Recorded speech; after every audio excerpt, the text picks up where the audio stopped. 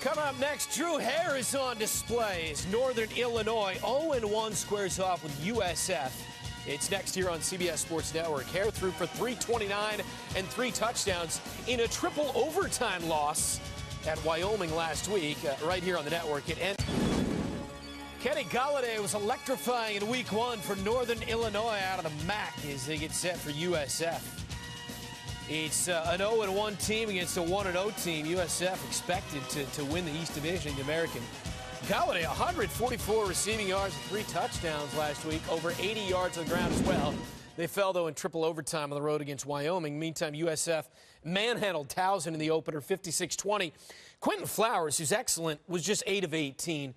Definitely rusty, but this guy is really good in what can be a very dynamic offense. He's very good. Wasn't on his game all the way, but the defense of South Florida suffocated him now. The first week only held the rushing. Towson only rushed for 2.6 yards per carry. I may see what happens tonight. Yeah, and I'm looking at NIU. Tough loss last week against Wyoming, dealing with the elements, the altitude, the delays, the game ended late. Now they take another trip to South Florida, dealing with the heat and the humidity. What they need to do is run the football. That's been NIU's that hallmark over the past couple years. They need to get back to that and run it. USF, Willie Taggart, man, they were 1-3 last year. Then they were awesome down the stretch and off to a good start this year. They may well end up in that conference title game. Dwayne Ballard, along with Corey Chavis. Melanie Collins have the call. College football on CBS Sports Network, presented by Geico. Tonight, from Tampa, the Northern Illinois Huskies and the South Florida Bulls. Hi, everyone. Welcome inside Raymond James Stadium. Along with Corey Chavis, I'm Dwayne Ballard. Melanie Collins will join us shortly. Well, Corey, tonight, potentially, we could have a lot of points scored here. We could, and it all starts with 2 quarterbacks who have some experience. Flowers got a lot of it a year ago.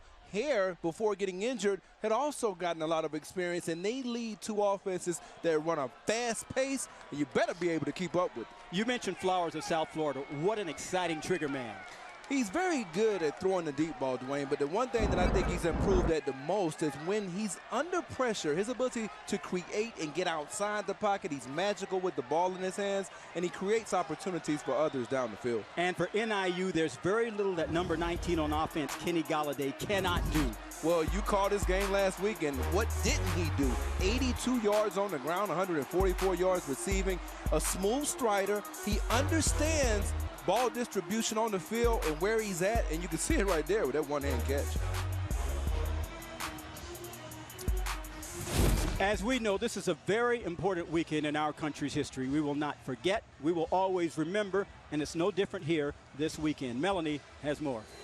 That's right, Dwayne. It is the eve of the 15-year anniversary of the 9/11 attacks on our country. And in honor of our military and remembrance of those who lost their lives that day, Northern Illinois is wearing special patriotic uniforms for this matchup against South Florida. You can see the socks don the stars and stripes of the American flag. Each jersey has the American flag in the upper left-hand corner of the chest. But by far, the coolest part of these uniforms, guys, are these helmets. The NIU filled in with the stars and stripes of the American flag, a beautiful tribute by the Huskies here in South Florida. Well, Melanie, what say we play this great American game?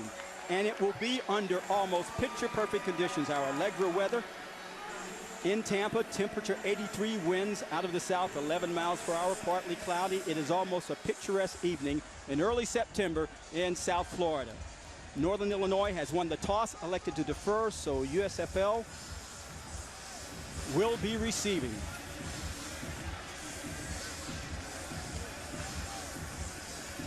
Here's Willie Taggart in his 4th season as the Bulls head coach. Record of 15-23, but he has the trajectory going in the right way here in Tampa, and he has the folks excited.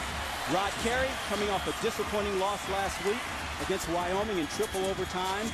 He has been very successful, though, in the Cow. Rodney Adams, number 87, and Dearness Johnson, number 2, back to receive. This is Johnson. Out to the 30. Still on his feet. And make his way down to around the 37-yard line. 38-yard return.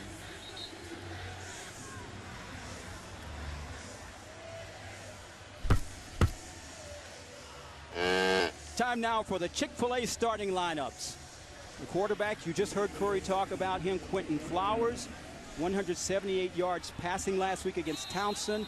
He can do it on the air. He can do it on the ground. He is a very electric player to watch. Man in the backfield, Darius Tice, starting in place of Marlon Mack. Tice gets the call right up the middle. 4-yard pickup. The resources with which Flowers will be working, that offensive line is anchored by Amichia. Tice, as we mentioned, is the starting back, and this is an up-tempo offense. They waste little time in between snaps. Nice stop by the defensive unit led by Renard Shurin, number 11. The Huskies defensive unit. Sharon, number 11. Their captain and man is number 33, Jamal Payton, the middle linebacker, the senior. They listen when he speaks. 3rd down, 4 to go for South Florida. Opening drive of this game. Flowers set, steps into a throw. Receiver had it and dropped it. That's a route, Dwayne, they like to use a lot on 3rd down. They offset their back to the weak side of the formation, and he was wide open on the play, and accuracy has been a little bit of an issue. Now look at that ball. I know it's a tough catch. You're looking at a running back who has a step. If you get the ball up, I noticed last week against Towson that the accuracy for Flowers was up and down. Jonathan Hernandez back to punt. Shawan Lurie, number 19, back to receive it for Northern Illinois. Lurie will field it at the 4. Is tripped up, gets out to the 15-yard line, and that's where Northern Illinois will take over. 52-yard punt, 11-yard return. Now for the Chick-fil-A starting lineups on offense for Northern Illinois. The Huskies led by Drew Hare, wearing the patriotic arm sleeve last week. A nice return for him coming back from an injury, just not quite enough in that 3 overtime loss to Wyoming.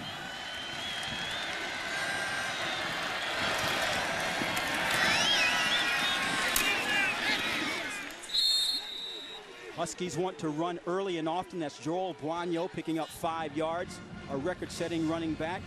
Northern Illinois' lineup. Buonio in the backfield. Myers, Shively up front.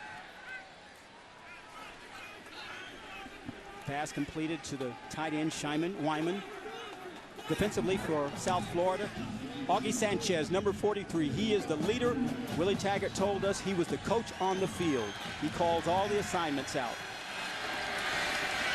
Buonio once again makes his way just over the 25-yard line. And Corey, you mentioned earlier that one of the things you were watching was the offensive line of Northern Illinois. Absolutely. This defensive line, who they are going against. We're going to notice the rotation that USF uses most of the night. They've got 2 very good interior defensive linemen in Bruce Hector and Vedran Sinat. 1st and 10. Good job. Great job. Off to Jordan Huff. Huff is a young man that has played his way into the rotation. The coaches were telling us, offensive coordinator was telling us that, look, Buonio had been our primary back, but number 23 played so well in camp and has played. He's just forced the issue, and he is demanding playing time in the good way. I really like so far what we've seen from Northern Illinois. Now, they went down on defense. They got off the field on 3rd down. And look how they've run the ball. They mixed it up with some possession passes for Hare. He's gotten into a rhythm early. On 2nd down, Northern Illinois keeping it on the ground. And they told us, Yurimovich told us, the offensive coordinator, that this is, Corey, a run-first offense. Though they were not very successful last week in that. But this is what they wish to do. Yeah, and last week they only averaged 3.6 yards a carry. That was down a little bit from a year ago. 2nd and 3. Hare to the air. That's a 1st down. Christian Blake on the reception. 8-yard catch. You can see just pretty much this is somewhat of a run-pass option for them. So he reads actually what the linebacker is doing. He sees the void, and then he ends up hitting him right there in the hole with that. Ball at the 48. Nothing doing for Huff. 2-yard loss. Leading the way was Augie Sanchez. They're running it inside, and you see Daniel Awalike, number 93, does an excellent job of getting off of the block and making the play. Good job by him disengaging. Now it's 2nd and 11. Low snap, Hare rolling right. In trouble, and he goes down. The captain, Augie Sanchez, with the sack. Loss of 5. When he had some problems with an exchange last week and a couple low snaps. And Hare's normally a good enough athlete to get away with you having a poor snap because he ran for 900 yards a couple years ago, but that was too low and forced too much of an adjustment. Now, Corey, they face a 3rd and 15 from their own 47. Hare connected with Galladay, but the defensive unit was ready. My guess is, Corey, they will not miss 19 on offense in this game. No, they won't. And they're trying to spread them out a little bit and get them, the linebackers, to walk out because they're going to go to some of the screen game. Now, you're going to see that a lot from both teams. When they go to these spread formations, screens will be a big factor, and that's normally a long yardage type of play for each team. Taji Fullwood awaiting the punt of Jake Ambrose. High spiral. Fullwood's going to let it go into the end zone, where South Florida will take the ball at the 25-yard line when we return. No score here in Tampa. You're watching college football presented by Geico on CBS Sports Network.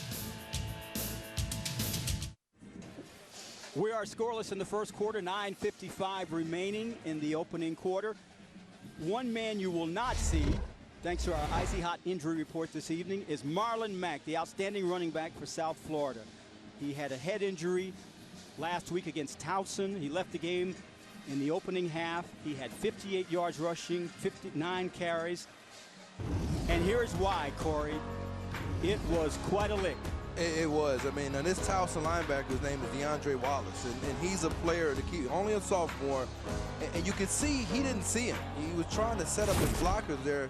Dominique Threed inside, and cut back into Wallace, who was on a mission last week against this USF football team. But Matt, an outstanding football player who arguably is the most explosive player in the entire conference. He underwent concussion protocol this week. Coach Taggart told us last night that they just did not want to risk it. Max said he thought he could go, but Taggart didn't want to risk it, and he felt very comfortable with having Darius Tyson, Dearness Johnson to step in Max's stead. So second series for South Florida, still scoreless. Flowers to the air, shorthands it. He was looking for Rasheem Bronson. And that's kind of what I was talking about on that last drive. It's the accuracy. It's getting into a rhythm early in the game. 8 out of 18 a year ago. And when you watch him here, you get a good look at it. A little bit of a long delivery. And you can see that sometimes it doesn't snap out of his hand. Rodney Adams. First down and more. Flags fly on the field. That could be a hold outside the number zone. Referee Tom Stapleton, who's heading up this MAC crew, will let us know. Van Der Scantling, number 11. Holding, number 11, offense. 10-yard penalty from the spot of the foul, second down. That's on Marquez Valdez Scantling, who is the running mate, as it were, of Rodney Adams at receiver.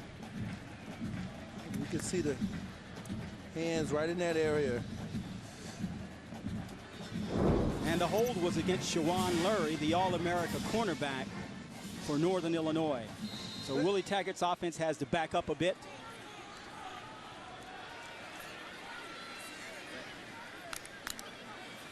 Second and 11, ball at the 19-yard line, South Florida.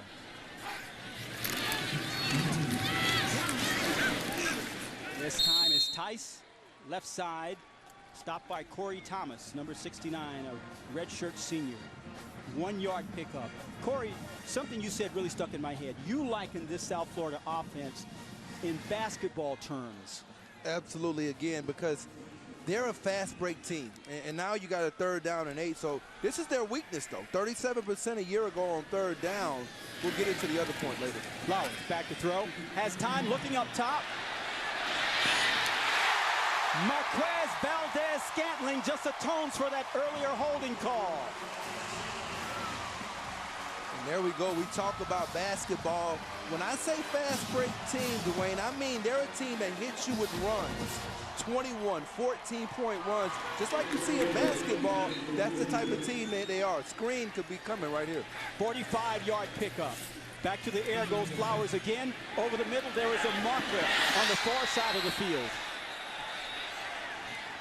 That's a great play by Anthony Brooks. He picked that ball off. They say incomplete now. Well, as we know, that there's a flag on the field, so we'll just wait to hear from Mr. Stapleton. I know you had, hey, you saw that flag. You started having flashbacks last week, right?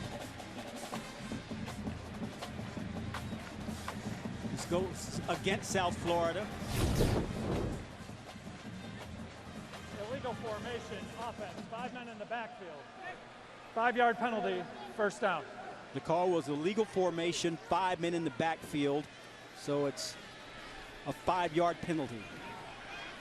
And when you try to hurry up, sometimes the pace doesn't allow that last guy to get up on the line of scrimmage. You got to have 7 guys on the line of scrimmage. One of those guys didn't get up on there because probably the pace trying to get that next play off. 1st and 15 for South Florida from Northern Illinois' 38.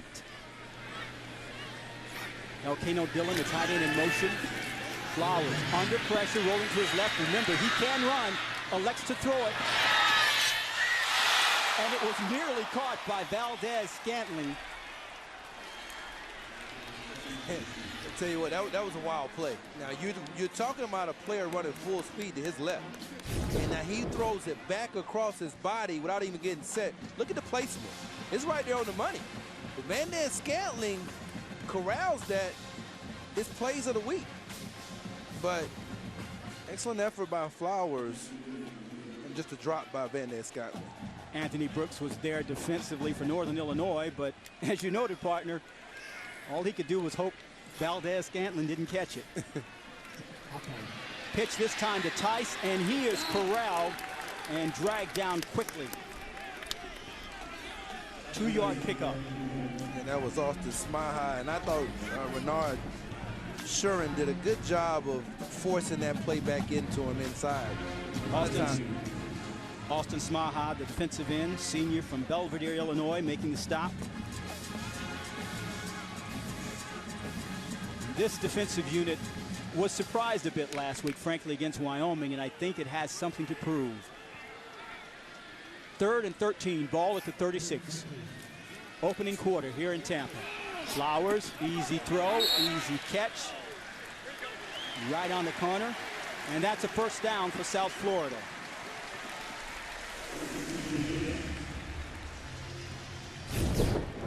Tyree McCants on the catch. This is a positive. Much better technique here. Steps into the throw and the placement. Excellent. 13-yard pickup. Whistles on the field.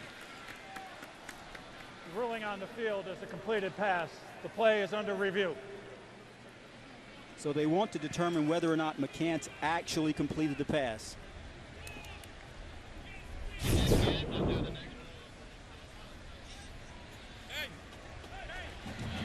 Thought he got the left foot down right here. And he actually dragged the right foot as well.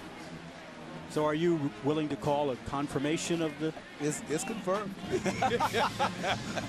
Okay, friends, unofficially, it is. The word from Carey is great body control. Absolutely. After review, the ruling on the field of a completed catch is confirmed. First down. Willie Taggart wiping a bit of sweat off of his forehead as though he thought it might be in question just a tad. He's probably worried about that right foot, but I think for them, being able to convert and keep drives alive is going to be important. Now, they were 50% a week ago, but that's probably the one hiccup in their offense, Dwayne, is they've got to do a better job of converting those third down opportunities during the game. You saw Coach Taggart earlier there. He is the primary signal caller for this offensive unit, and he likes for it to be wide open. Tice in the backfield, and he gets the call, and he is met behind the line of scrimmage and quickly by Joe Sanders, number 9. Sanders, a transfer from Highland Community College. 1 yard loss. You're going to see him kind of close when you get the block down for William Atterbury. And we talked to the offensive defensive coordinator, Kevin Kane, and he was talking about 4 or 5 weeks from now. Looks like it's happening for him tonight. 2nd and 11 from the 24. Still no score. Flowers, plenty of time, drops back further. Now he might be in trouble, but he escapes. He's still on his feet and has a first down. This is what you talked about earlier, Corey. He's magical. And when you have him cupped, right here, you got Sanders coming in with a bull rush, but he's keeping him in the pocket. He has contained, and now you've got 2 players that can make a play. And now they're about to run a play.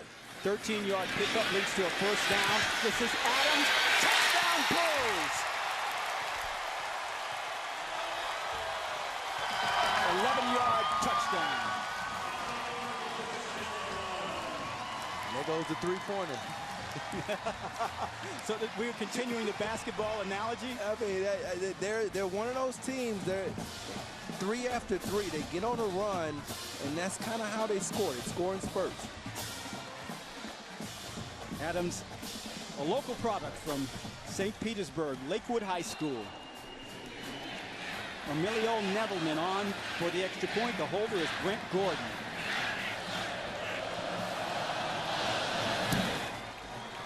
It's good. So the Bulls strike first, leading at 7-0 with 6:39 remaining in the first quarter. Number 87 coming right at you. You're watching college football on CBS Sports, presented by Geico.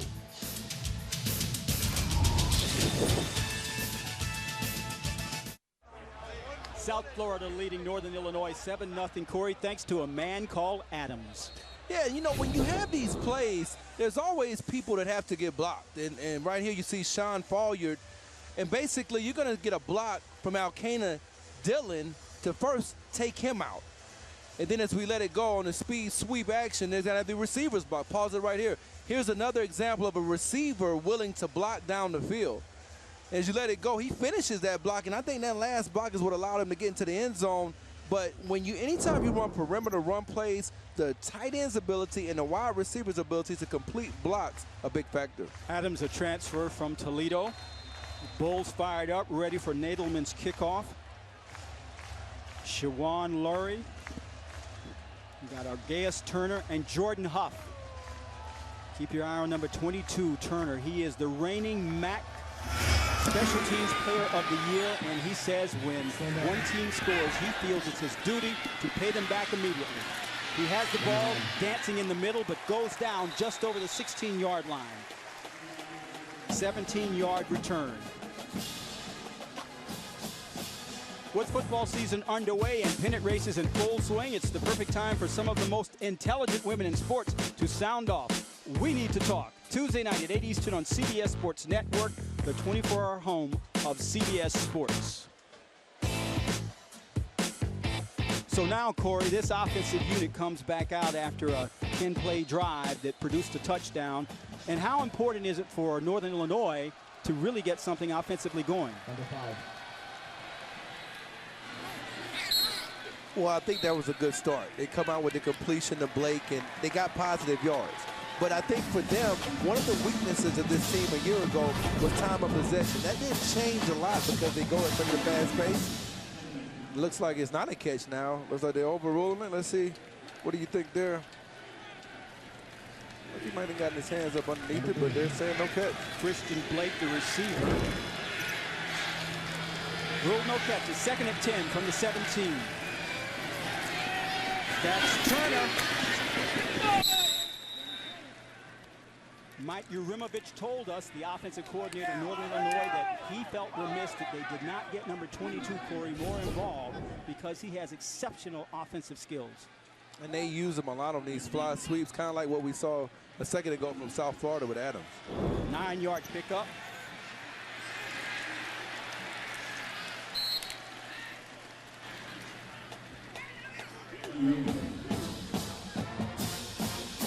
One of the things I mentioned a second ago was about the time of possession. I know they work at a fast pace, much like USF, but only 24 minutes. They had the ball a week ago against Wyoming, 26 a game in 2015.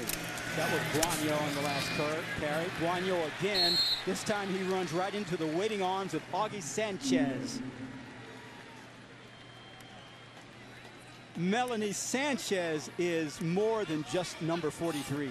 Is he ever, Dwayne? He's always visualized his plays in the locker room before games, but he actually puts his headphones on before the games, walks onto the field before pregame warm-ups, and goes over their defensive plays. He says he watches film in his head and pictures himself making that big play, whether it's a strip sack or a forced fumble or a fumble recovery. And the coaches call him the quarterback on the defense for a reason. Seems to be working for him, guys. Yeah, Melanie. You remember Raymond Woody, the defensive coordinator, Corey told us last night. He's like a gym rat. He's the football version of a gym rat.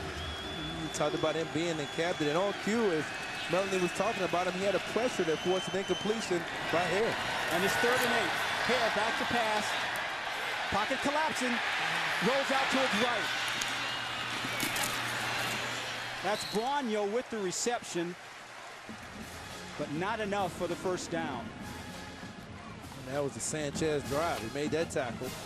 It was all Augie on that one. Some of you may remember.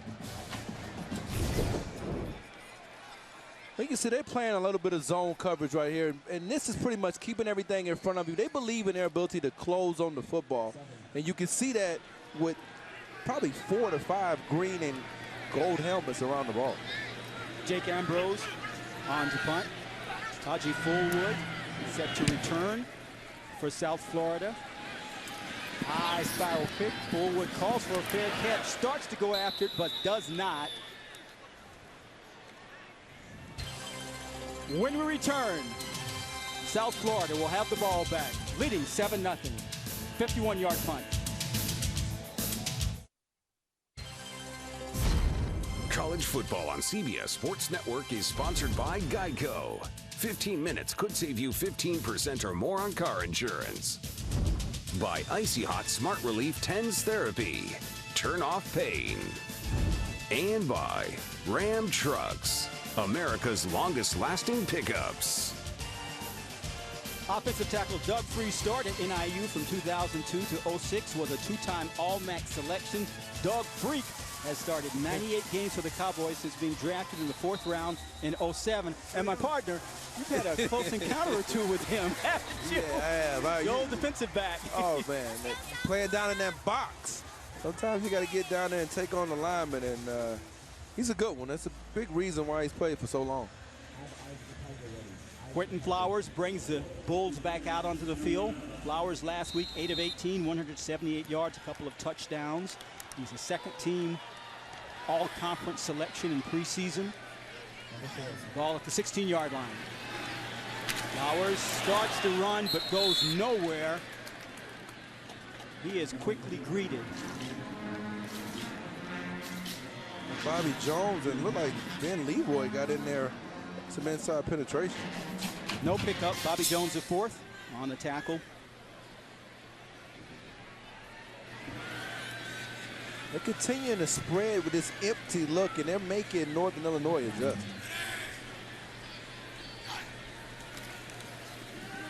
Quick pass. That is Rasheem Bronson with the reception. Junior from Fort Myers, Dunbar, 11-yard pickup. These formations, when you get the wide splits outside, just like you've seen so far tonight, you'll get the screens and you'll also get the screen and goes. A couple different options for those attacks. 1st and 10 from the 27. Flowers looks over for the calls from Coach Taggart. As Dearness Johnson, number 2, now in the backfield. You will see Johnson and Tice both instead of Mack this evening. Mack, of course, as we noted, out of the game under concussion protocol. Going deep. It's Bronson. Hello. Touchdown. touchdown, Bulls! 73-yard strike.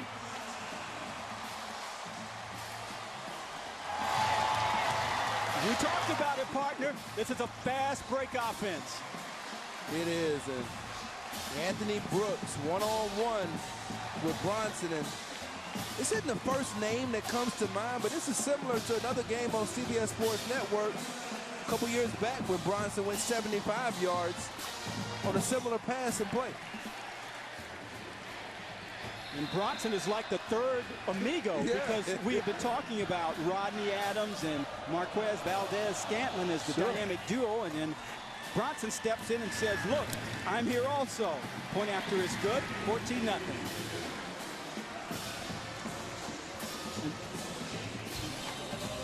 Quentin Flowers finds Bronson 73 yards, and it's 14-0. Flowers are smelling good in South Florida.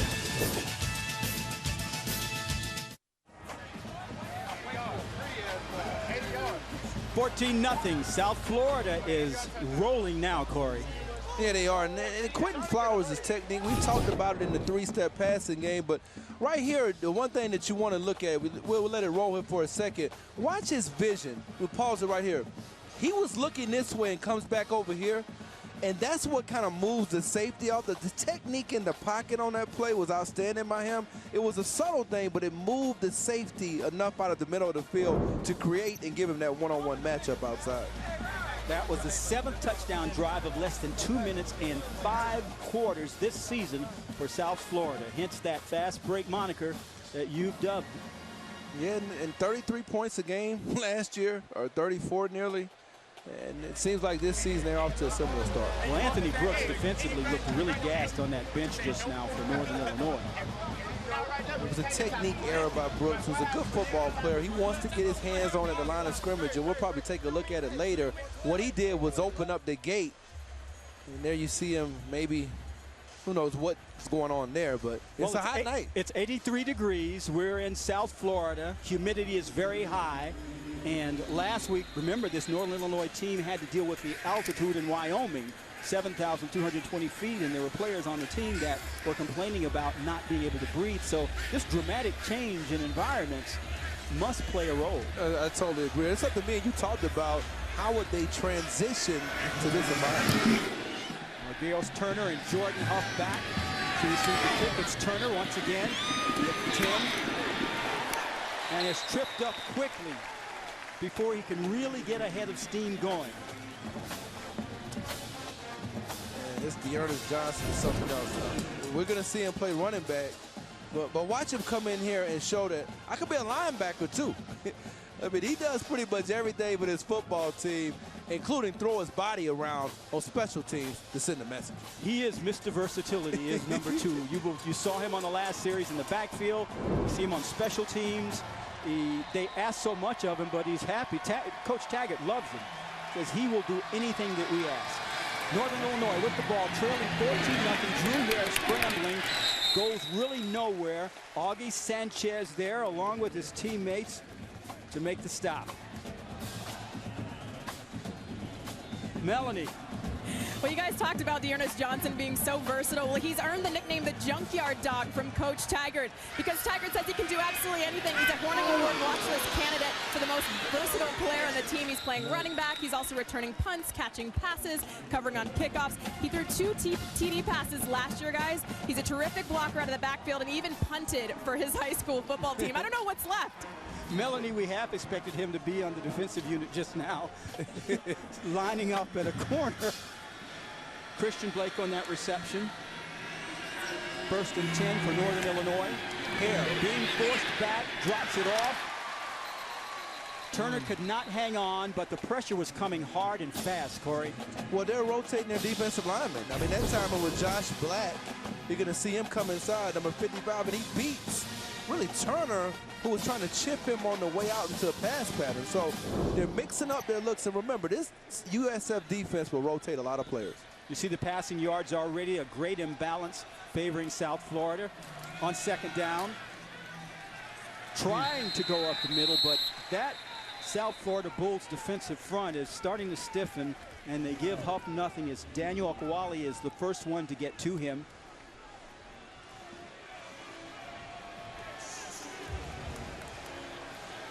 Northern Illinois, they stress that they are a run-first offense, but so far, not a whole lot of success on the ground. They didn't have much last week against Wyoming.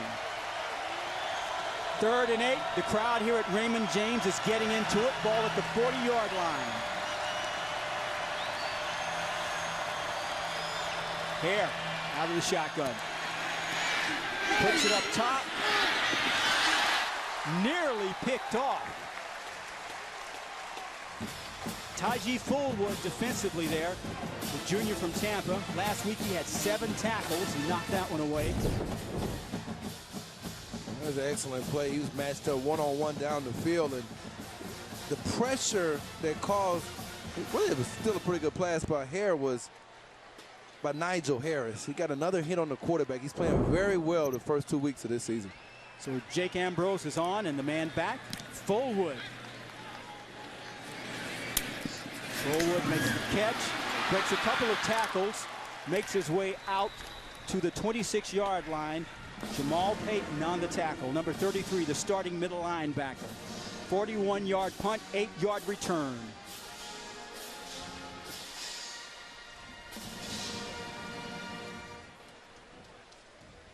Tomorrow at 8 Eastern, the toughest sport on dirt takes the stage in the Show Me State with the PBR-built Ford Tough Series PFI Western.com Invitational right here on CBS Sports Network, the 24-hour home of CBS Sports. 1st and 10 for South Florida from the 27-yard line. Wow. And there's the flag.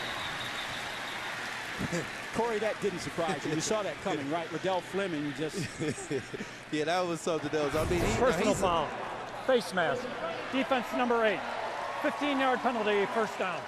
We just hearing the referee make the call. And actually, I mean, it was close to, he was up around that neck. That was close to maybe not being one. I mean, coaches praise him for his attitude and vigor, and you can see it in anything he does. He also plays on the punt team. I don't know if that was a... Well, that was Melanie's guy, Mr. Versatility, Dearness Johnson. Yeah, he got playing the part of the bull being roped. Yeah, I mean, I don't know if he really, now you could call it more of a clothesline, but I don't know about that face mask. That sets up another 1st down, right up the middle. It's Johnson, where he makes his way into the secondary. He's tackled by Sean Folliard. Rod Carey not happy right now the way his defensive unit is simply giving way. 14-yard pickup.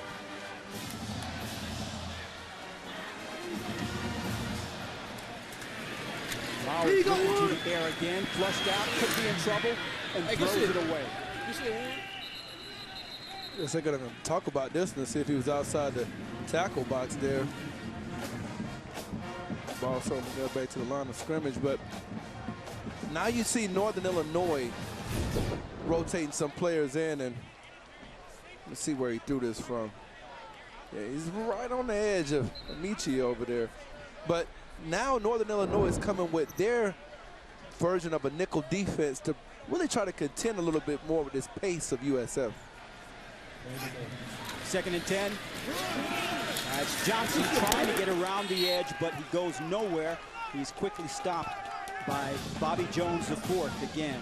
Jones, a junior from Miami Gardens, Florida, one of a number of players from Northern Illinois from the Sunshine State. Loss of 1. And he can run. And watch him redirect his frame. He runs past Fleming on his way to the ball. Excellent inside-out speed, and you've seen that from him the last couple of seasons for the Huskies. Dad Robert played at Miami, so he has pretty good genes. Real good. Flowers steps into a throw. It's caught. Another 1st down.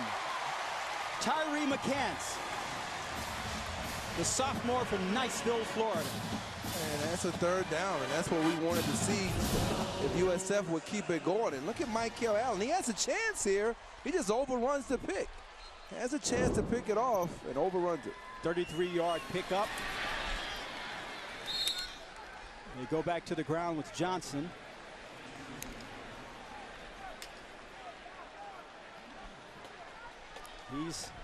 Can he fix shoes? Melody said he can do everything. That's the end of the first quarter. That's the end of the first quarter with the score. South Florida 14, Northern Illinois nothing. You're watching college football on CBS Sports Network, presented by Geico.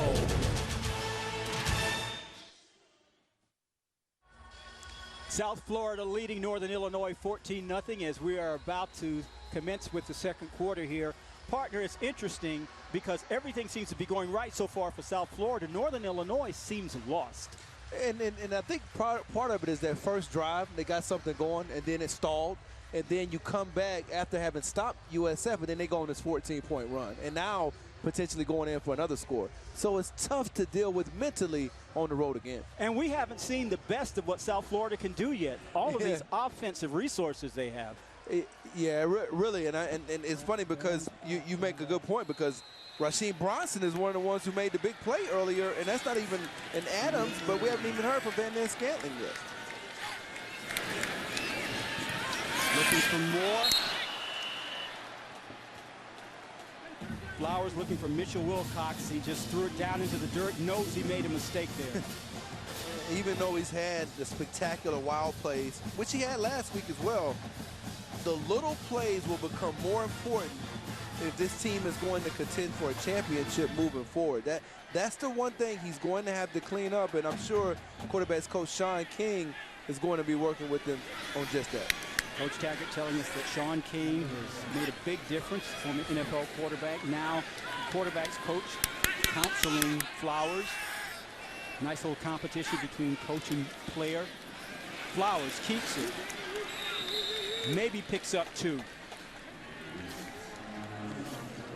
There's Sean King. In fact, Coach Taggart told us that, you know, there's a little bit of competition really between these two guys.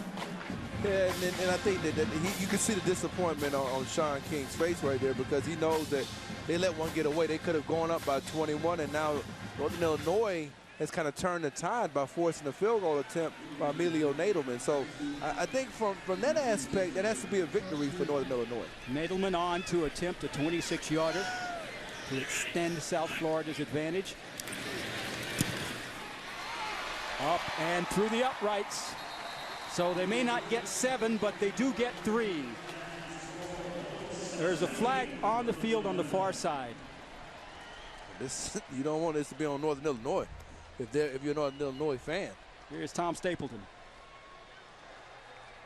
Illegal formation, offense, 5-yard penalty, 4th down. So that will back up Messer Nadelman just a bit. Willie Taggart was absolutely a joy to visit with last night, wasn't he? He was, and you can tell that he feels good about where his program is at and where it's headed.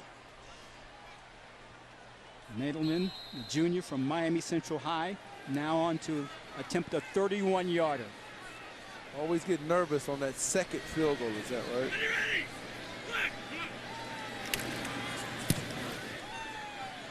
Not if you're Nadelman. South Florida now up 17-0. You're watching college football presented by Geico on CBS Sports Network. Rod Carey's Northern Illinois Huskies have to figure a few things out. They trail at 17-0, 14 minutes, a little over left in the second quarter here in Tampa. And you think, Corey, that maybe just a field goal on that last drive was not a bad thing for Northern Illinois? Not at all. And the reason why I feel that way is because if you could come down here and score and begin to, I believe, just string some first downs together, even if you only get up 3 yourself, you make it back into a 2-possession game, and defensively stopping them, settle them down a little bit. They are set to kick off. You saw Tyree McCants leaving the field.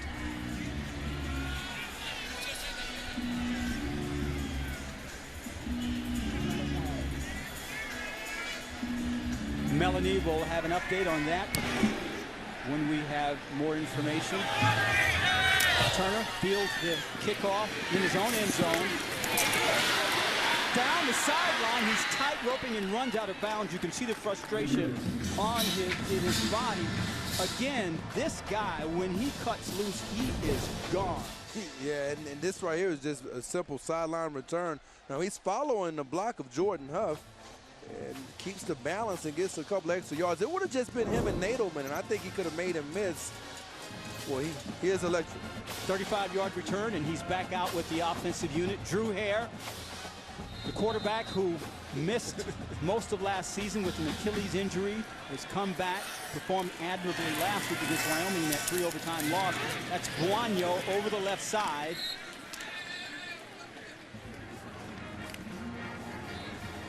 Guanyo, a 1,000-yard running back last year, picked up 8 yards on that carry. Last week, he just had 16 yards rushing, and he is capable of much, much more. Hare sets, in trouble, gets rid of it, and he had Wyman, the tight end open, but he couldn't hold on. He was late to get to him. I mean, and almost let the pressure get on his back. I mean, right here he's open, but he's looking the other way. And so by the time he finds him, now it's an adjustment for Wyman, who clearly should have caught the ball. 3rd and 2 from the 42-yard line. Intended for Turner defensively. Nice work by Nate Godwin. Now you got a decision. Do you go for it? You're almost in South Florida territory, and they're going to decide against it. But it's a danger zone, so you can understand why there was a thought process that time by Rod Carey and Mike Urimovich, because if you don't score here and they get the ball back and score again, now you're really put behind the 8 ball. That was NIU's first 3 and out in the game. There's Taji Fullwood back at his own 15-yard line. Ambrose's punt is on the way. Short knuckleball punt. It will go out of bounds near the 24-yard line. And that's where South Florida will start their offensive roll. 17-0. 17-0 South Florida, 13-13 remaining in the second quarter. Melody, you're following a couple of things down on the field right now. That's right, Dwayne. You saw number 8, Tyree McCants, leave the field. I'm told it's a left knee injury. He's getting x-rays, and I'll let you know as I know more on that. Meanwhile, I've been keeping my eye on the NIU bench, and I'm just surprised to see that there's really nothing going on. No emotion shown one way or the other, and not to be down on the Huskies, but you have to wonder how much the Bulls need to be up by for someone to step up and lead vocally and pump these guys up. They're down by 17, guys. So, Corey, when you're out there, and you've been in this situation on both sides of the bench. Unfortunately. When you're there, like when you're on NIU's side, what precisely is going on? Well, I think right now that the main thing, you're waiting on somebody to energize your team. That means that some of these players that you look for to make big plays, it could even be Shawan Lurie, somebody has to make the play to change the tide. South Florida offense has been rolling in this first half. Couple of big plays. Trying to grind it out in the middle. Corey, for a program like Northern Illinois that is used to winning, an amazing string of bowl games, 6 MAC championship appearances, maybe sometimes you're not sure what happens when you're in this situation. Especially after the way you ended the season. And we'll get into that a little bit more after this play, but I think that's an interesting point you bring up. Flowers in the shotgun. And in motion with forward. Flowers keeps it and gets near a first down, where he's brought down by Trayshawn Foster.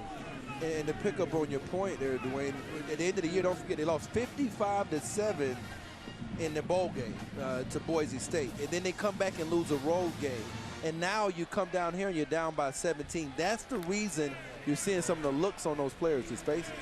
6-yard pickup, sets up 3rd and 2. Darius Tice, number 13 in the backfield. Flowers looking over to the bench for the call from Coach Taggart.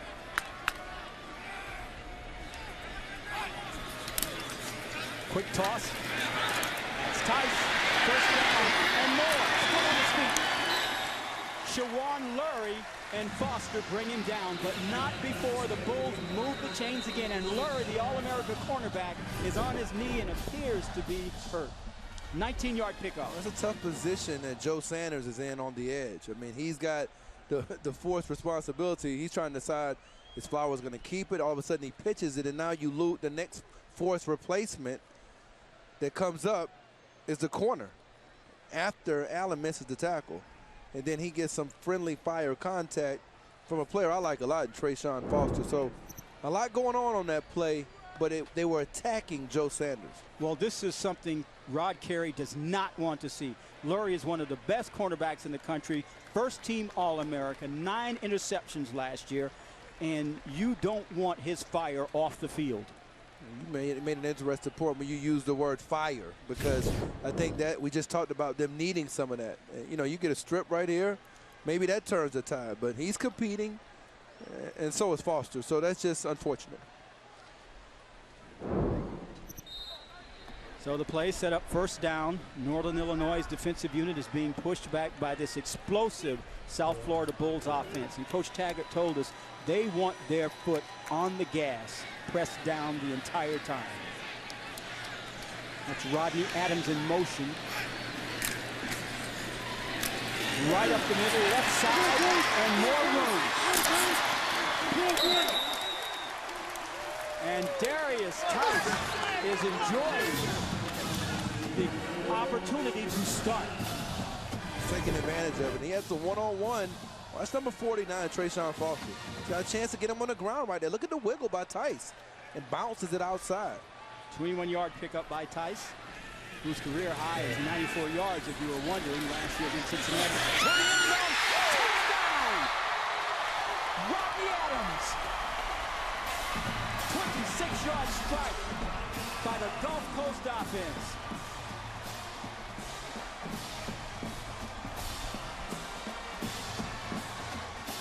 Flowers has figured out his throwing motion from last week. And this is a popular NFL concept that they came to back right here, and he executed it. And that's one that I think his quarterback coach, Sean King, who played in the NFL, will be proud of. Madelman on for the extra point.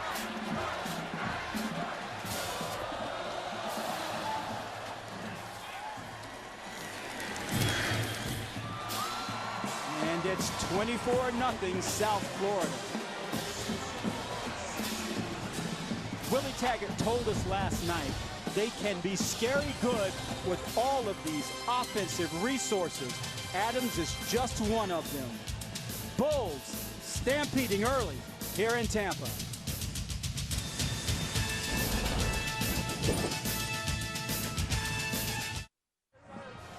The Rodney Adams touchdown catch has South Florida up 24-0. Corey, you like what you saw with Flowers' motion on that throw, didn't you? Well, they're running in what they call in the NFL a sluggo seam. So down here at the bottom, Rasheed Bronson is running the slant and go, and you have Adams in the slot running the seam. Now, normally, and we're going to pause it right here.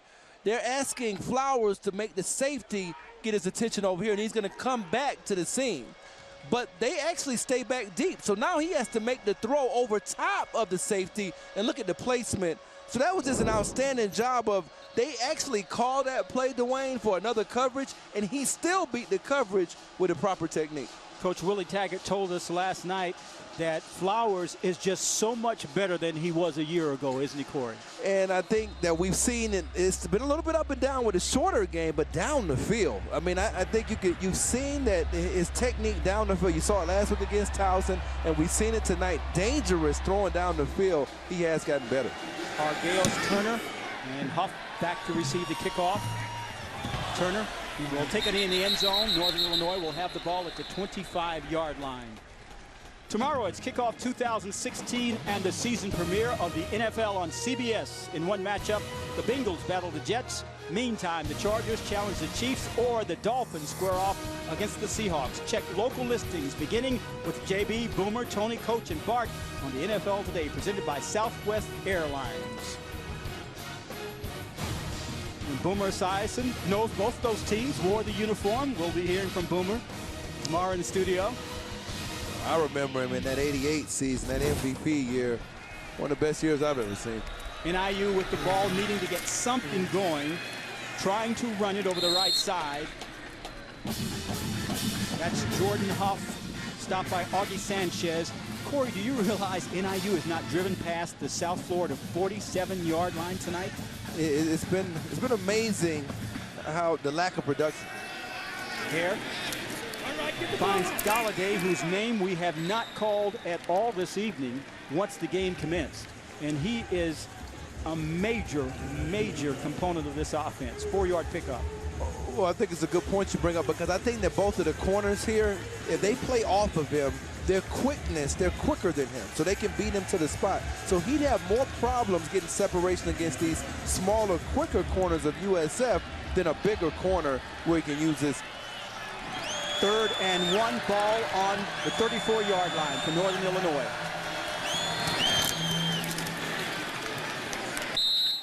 It was close. Huff may have gotten just enough for the first down. But right there was Kevin Bronson, the junior from Delray Beach. They'll give him the first down, 2-yard pickup. 12-6 in first downs. Northern Illinois on the short end of that statistic. There's Huff, left side, gets out to the 40. Devin Abraham on the tackle. Pickup of 3. There's nothing wrong with that. I mean, you would like to get 4 or 5 on first down, but if you could just right here pick up 5 more and create a manageable 3rd down, important. Huff with 42 yards rushing last week. They keep it on the ground, go back to him, and he's stacked up. Augie Sanchez leading the way, and the captain says, no, there's the land shark. It's back. I tell you, it is back, and for him, tonight, he's been in a rhythm. He's done a very good job, I believe, of understanding the flow of these running backs, and you can tell he put his time in the film room. Sanchez's older brother, Armando, was a linebacker from 09 to 11 here. Hare in trouble, going down. Kevin Bronson, the big junior from Delray Beach. 8-yard loss. Here he goes in there, and you can see that he's doing a good job of posting Luke Shively, the center. And that's a tough matchup. When you got a guy with that kind of quickness that gets on the side of you and pushes you back into the back, but that was excellent strength by Bronson, a player who was on the come late last season. Jake Ambrose back at his own 16 to punt. Taji Fullwood, low knuckleball of a punt. Goes out of bounds near the 35-yard line, and that's where South Florida will take over. And so far, Corey, frankly, Rod Curry looks perplexed. Yeah, and really, I think it's what you have coming off last week. And you come here and you're trying all week to get your players to believe, hey, we know we're going into a tough environment. We've got to run the football. We've got to play really just solid defense and not give up the big play. And both things, both facets you've struggled to do thus far. Drew Hare on the phone, probably no doubt, talking to his offensive coordinator, Mike Yurimovich, up there along with Kevin Kane, the defensive coordinator, both of whom are in the booth and cannot be pleased with the way things are going right now. First down from the 44 for South Florida. That's Tice. Stopped by Jamal Payton and Anthony Brooks. 5-yard pickup. As we noted earlier, if you're just joining us, Marlon Mack, the all-conference running back, is out. Concussion protocol. They decided to hold him out tonight. And Darius Tice got the start and has performed impressively well. There's Quentin Flowers. Already has a couple of touchdown tosses in this one. And the Bulls are looking for more. That's Rodney Adams in motion. And he gets the ball on the sweep. Breaks the tackle, still on his feet. Finally pushed out of bounds by Renard Shuren. But the Bulls' offensive unit is doing just what they told us last night. The coaches did, Corey, that they wanted to do, just attack you from all points. From all points, and Adams is a player. Here goes that wide bunch again up here at the top. 17-yard pickup, set up another first down. This time Sean Folliard was there, and Smaha, Austin Smaha, the senior.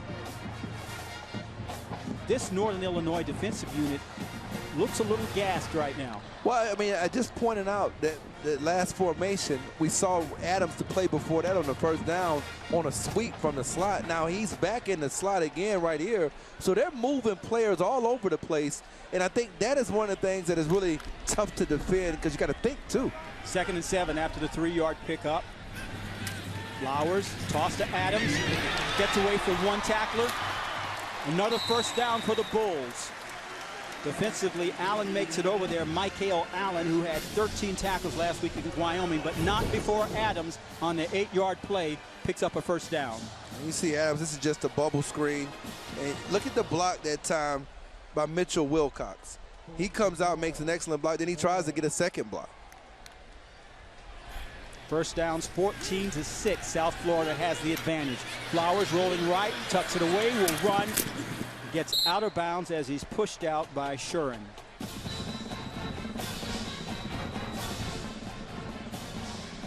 There is an injured player down on the field for Northern Illinois after that 2-yard pickup.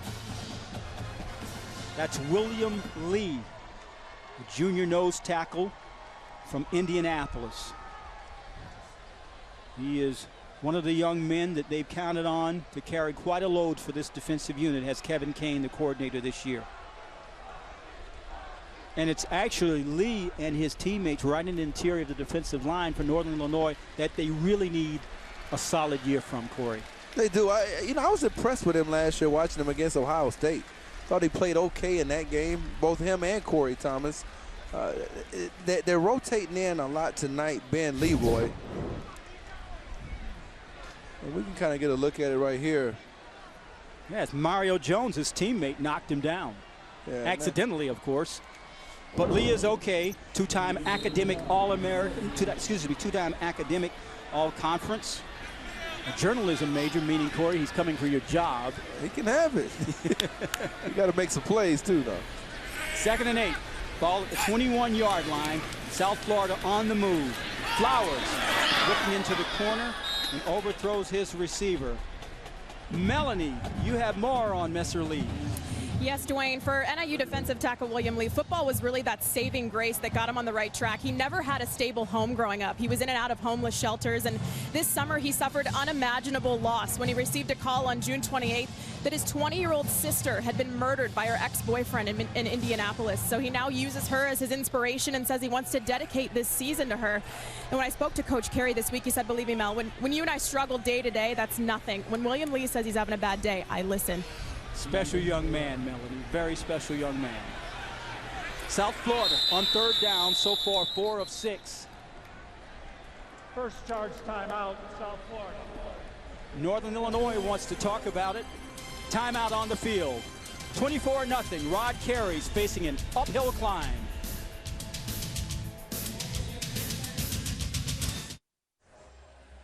South Florida leading with 6:11 remaining in the second quarter, 24-0 over Northern Illinois. Coming up on the Verizon halftime report, Brent Stover, Houston Nutt, and Christian Fourier. Scores and highlights from around the country and first half analysis of what has been a very interesting day in college football. I think this weekend turned out to be more interesting, Corey, than a lot of people thought it would be. The top teams winning, but, Georgia and Clemson didn't exactly look like world beaters. Especially that Clemson game. I mean, it was really close for most of the game. And Deshaun Watson struggled. And that's, the second week in a row he's had a little bit of struggles. And I think the guy to watch out of here is Ohio State with J.T. Barrett. He had the big performance last week in the opener against Bowling Green. And I think he's a sleeper player who has a lot of experience. That's the Ram Trucks AP poll.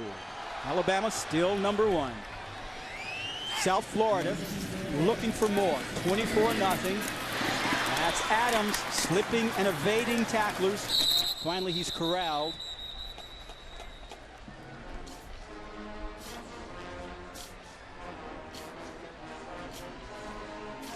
Michael Allen, number 20, leading the defensive unit on the tackle. 4-yard pickup. This is important. I mean, they're going to go for the field goal. That was a big stop. I mean, that's the second time now that Northern Illinois' defense in the red zone has done a pretty good job of at least forcing a field goal. Emilio Nettleman already has a 31-yarder to his credit. This one from 34 yards to extend the lead. His holder is Brent Gordon. Add 3 more for the Bulls. South Florida now up 27-0.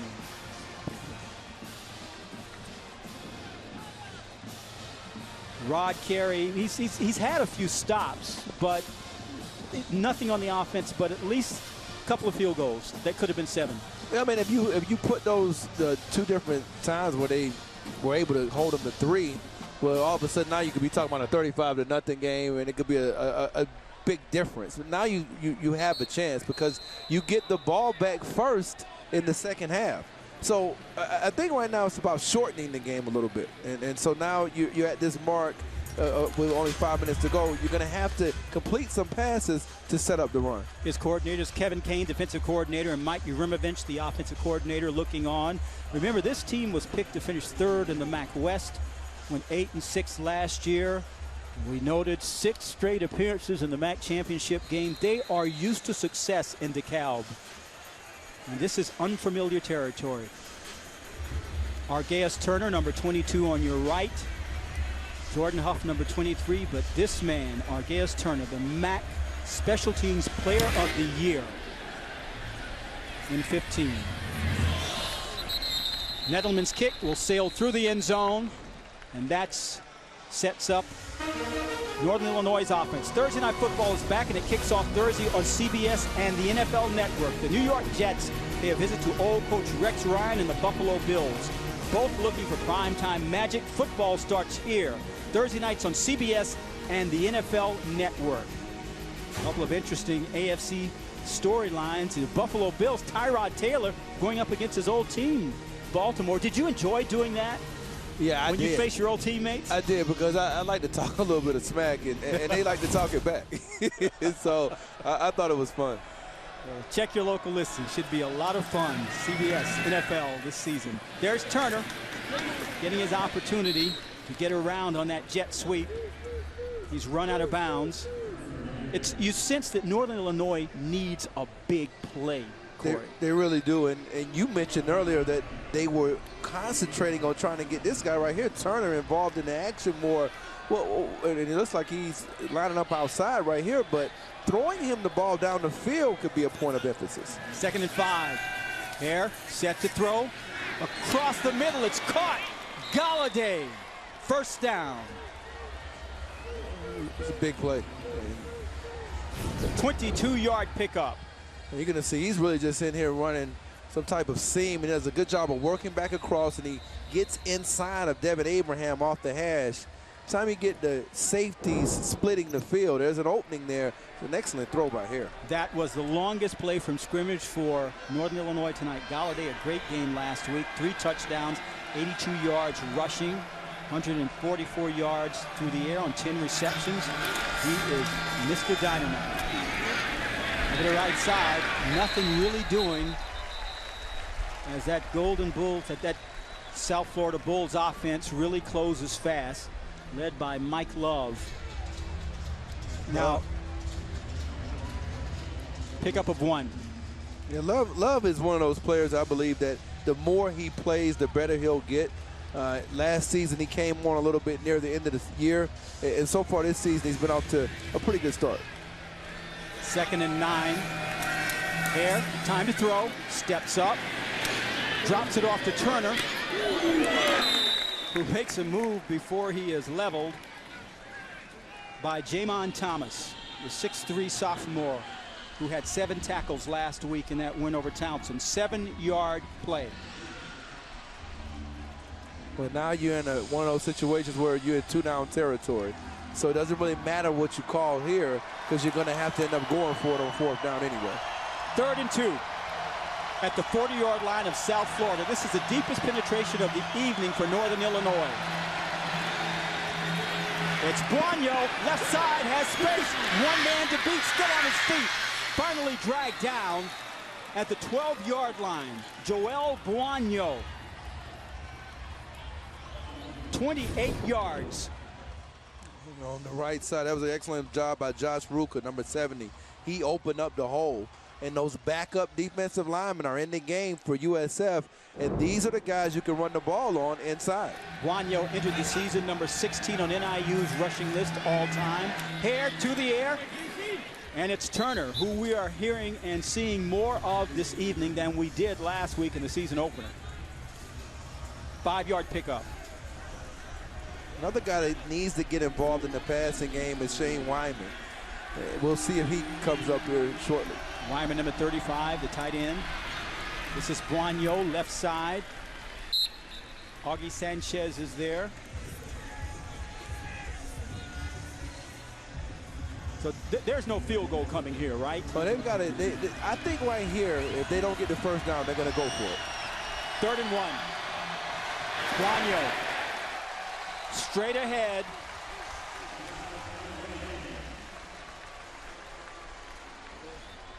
It's short. We're going to find out. I believe they got to go for it here. Nate Godwin was there. The senior from Tampa,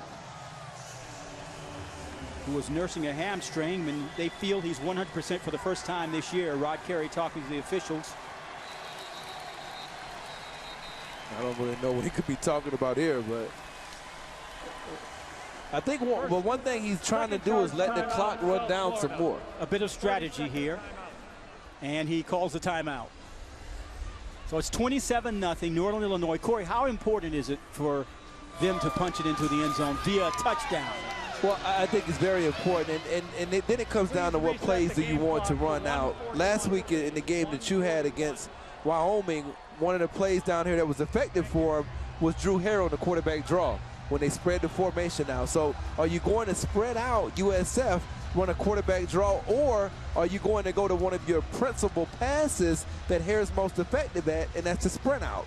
So I think those are two options here, because you got to think about something here. If you end up trying to spread it out and just throw one-on-one matchups, you haven't had a lot of success with that tonight.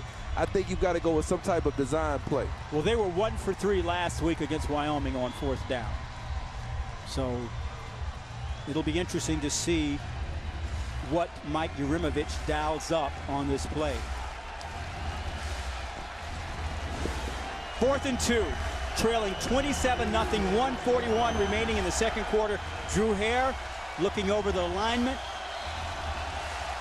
Northern Illinois really needs this one. And what happens? A little chess match.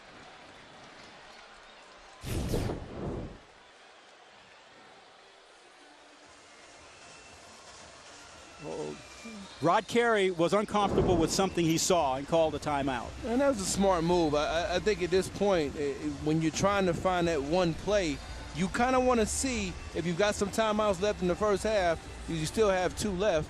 You kind of want to see what they're going to, and how they're going to try to defend your personnel group. Now, he decided to come out in that last play with 3 tight ends. So let's see if they stay with that same personnel grouping, and were they satisfied with the look from USF. And be mindful, this defensive unit of South Florida is very aggressive. Had 4 turnovers last week against Townsend, and Coach Raymond Woody, the defensive coordinator, told us, takeaways, takeaways, takeaways. That's what they stress. Here we go, 4th and 2. It's Turner in motion. Turner, left side, touchdown, Northern Illinois. 4-yard run. The Huskies really needed that. That was an excellent play call.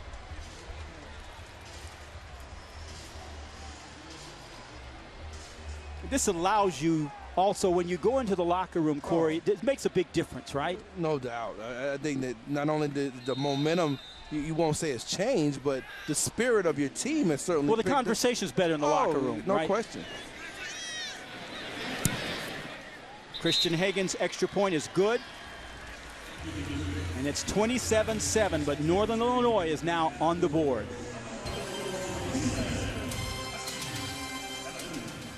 Argeos Turner finding the end zone, finally, for Northern Illinois. Rod Carey's team still has a lot of work to do.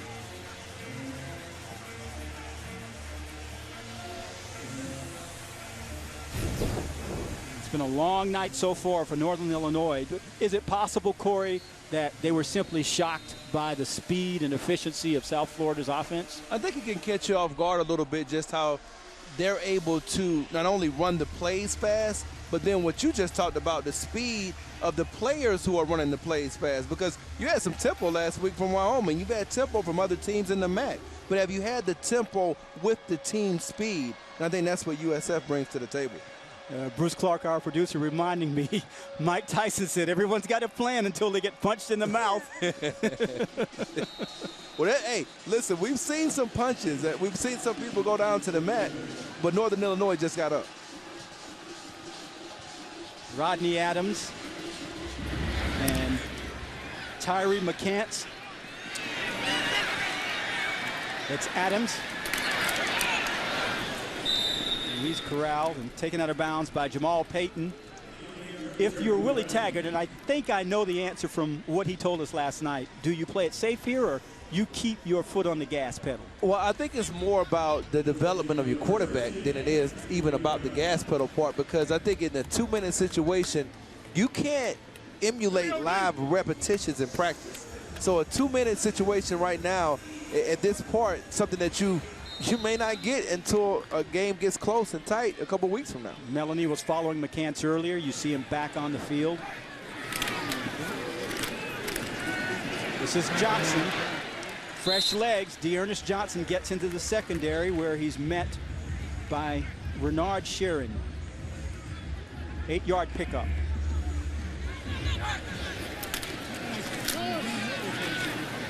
This time Johnson stumbles. Mario Jones stops him in the backfield along with Liddell Fleming. 1-yard pickup. Now I think if you're Northern Illinois, you got to go ahead and take the timeouts and use them to try to get the ball back, because you had to see what they were going to come out and do. Now, in the first run, they may have been trying to set up a pass on second down. But now, the game clock to 1:06, please. They're adding some time.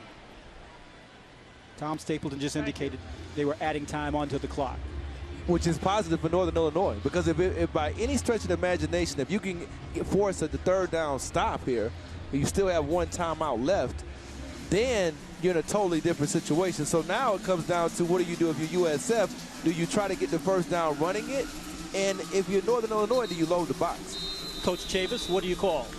Oh, I'm going to pass the ball here. I would do a receiver screen, and then I would pick the tempo back up, because, again, they still have one timeout left. So I think it's important to get him into some type of 2-minute passing type of rhythm before they get into a game that's close. You're watching college football on CBS Sports Network, presented by Geico, along with Corey Chavis, Melanie Collins, and our entire CBS Sports Network crew. I'm Dwayne Ballin, and South Florida and Quentin Flowers have pretty much had their way with Northern Illinois in this first half, leading 27-7. 3rd and 1. That's Johnson, has the first down. He gets out of bounds, escorted by Brandon Mays and Renard Sheeran. You got to put up more of do a better job on the edge that time with your right defensive end. I mean, Joe Sanders didn't really have the energy there, but I would have liked to have seen a better charge. It was simply a toss. There was nobody there. You really would have liked to have seen from them a little bit better defensive strategy. That 10-yard pickup set up another first down, this time at the 42. Flowers, play action, rolling right, fires downfield.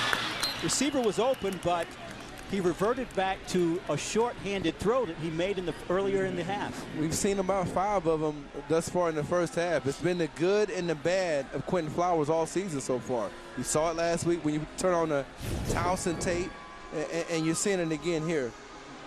A lot of it is when you're throwing on the run, re-squaring your shoulders. Now, he doesn't do that here. He tries to aim the ball. 2nd and 10. Perfectly read. by Jawan Johnson, the sophomore from East St. Louis. 1 yard loss. And what a job getting off the block of Elkane and Dillon. You're able to defeat those stalk blocks. You can make these screens turn into a nightmare for the offense. 30-second timeout on the field. So Northern Illinois is still hopeful it can get the ball back, believe it or not. Well, I think they're in a much better situation now than they were earlier on a 3rd and short, because now it's 3rd and 10, 3rd and 11, excuse me, after the big stop. And this is where I think you've had some struggles from Quentin Flowers. With the exception of that last play just now, we have barely called the name of Marquez Valdez-Scantling, and he is a game breaker, number 11 for South Florida. With Bronson and Adams who carry the load receiving, but if they can get Valdez-Scantling going downfield, he is tough to defend. He really is, and I had a chance to talk a little bit with Torrey Holt, the future Hall of Fame wide receiver who went to NC State, and he talked about just the talent and how explosive he was just watching him in practice. Yeah, he was a transfer from North Carolina State, nearby Lakewood High School in St. Petersburg, but he is 6'5" and can fly and catch. 3rd and 11. Flowers stepping up, going to run, get out of bounds. That brings up 4th down. Now the opportunity that you spoke of for Northern Illinois to get the ball back. Yeah, and I was a little surprised that he went out of bounds there. I mean, because obviously they're going to not, until they reset the ball, the clock won't start again, but that did provide a quick stoppage. So that was a little bit of a surprise.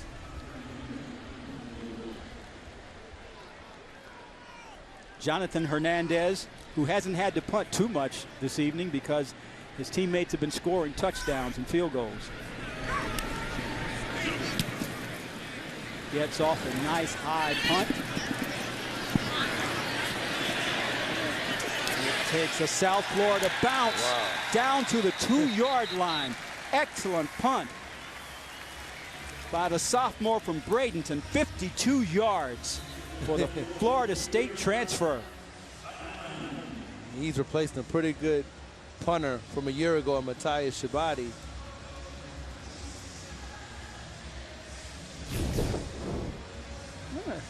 Look at that, nice little 7-iron. Maybe a wedge. He's a big punter. I think it landed softly, went high and landed softly right on the green. He did.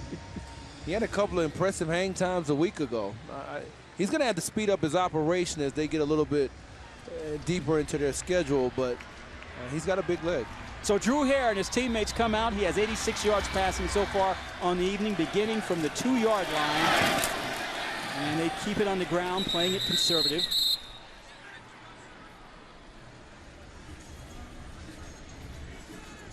Underneath the bottom of that pile was Joel Blanyo and Hare.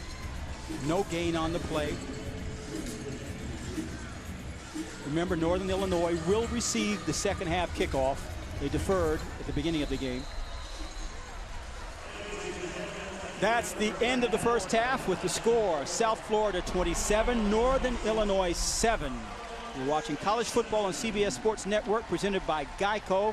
And it's been all Bulls for the most part of this first half. Coach Willie Taggart must be a very happy man right now because his Gulf Coast offense has been able to do pretty much everything it's wanted to do so far in the first half. A couple of big plays, Rodney Adams, Bronson, Flowers up and down a bit, but making the plays when he needed to make it. Melanie is down on the field with Coach. Thanks, Dwayne. Coach Taggart, your offense is rolling right now. Let's start with the other 2/3 of that three-headed running back monster you have, Tice and Johnson. How pleased are you with their performance in place of Max so far? Good. I think both those guys are coming in and running the ball hard and allowing us to move the sticks a little bit. They're both doing a good job for us right now.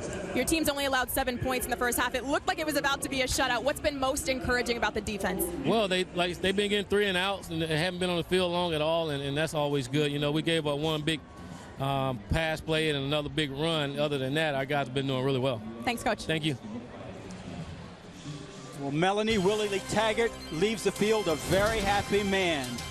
That's the end of the first half with the score 27-7, South Florida leading. You're watching college football on CBS Sports Network, presented by Geico.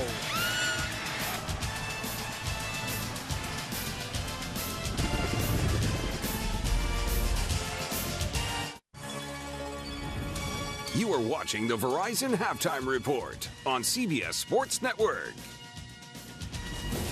Well, Dwayne Ballin said it. If you're the head coach, Willie Taggart at USF, you run off that feeling awfully good coming off the field. Brent Stover, Houston Nutt, Christian Fourier, 27-7 at the break. USF preseason pick to win the East in the American.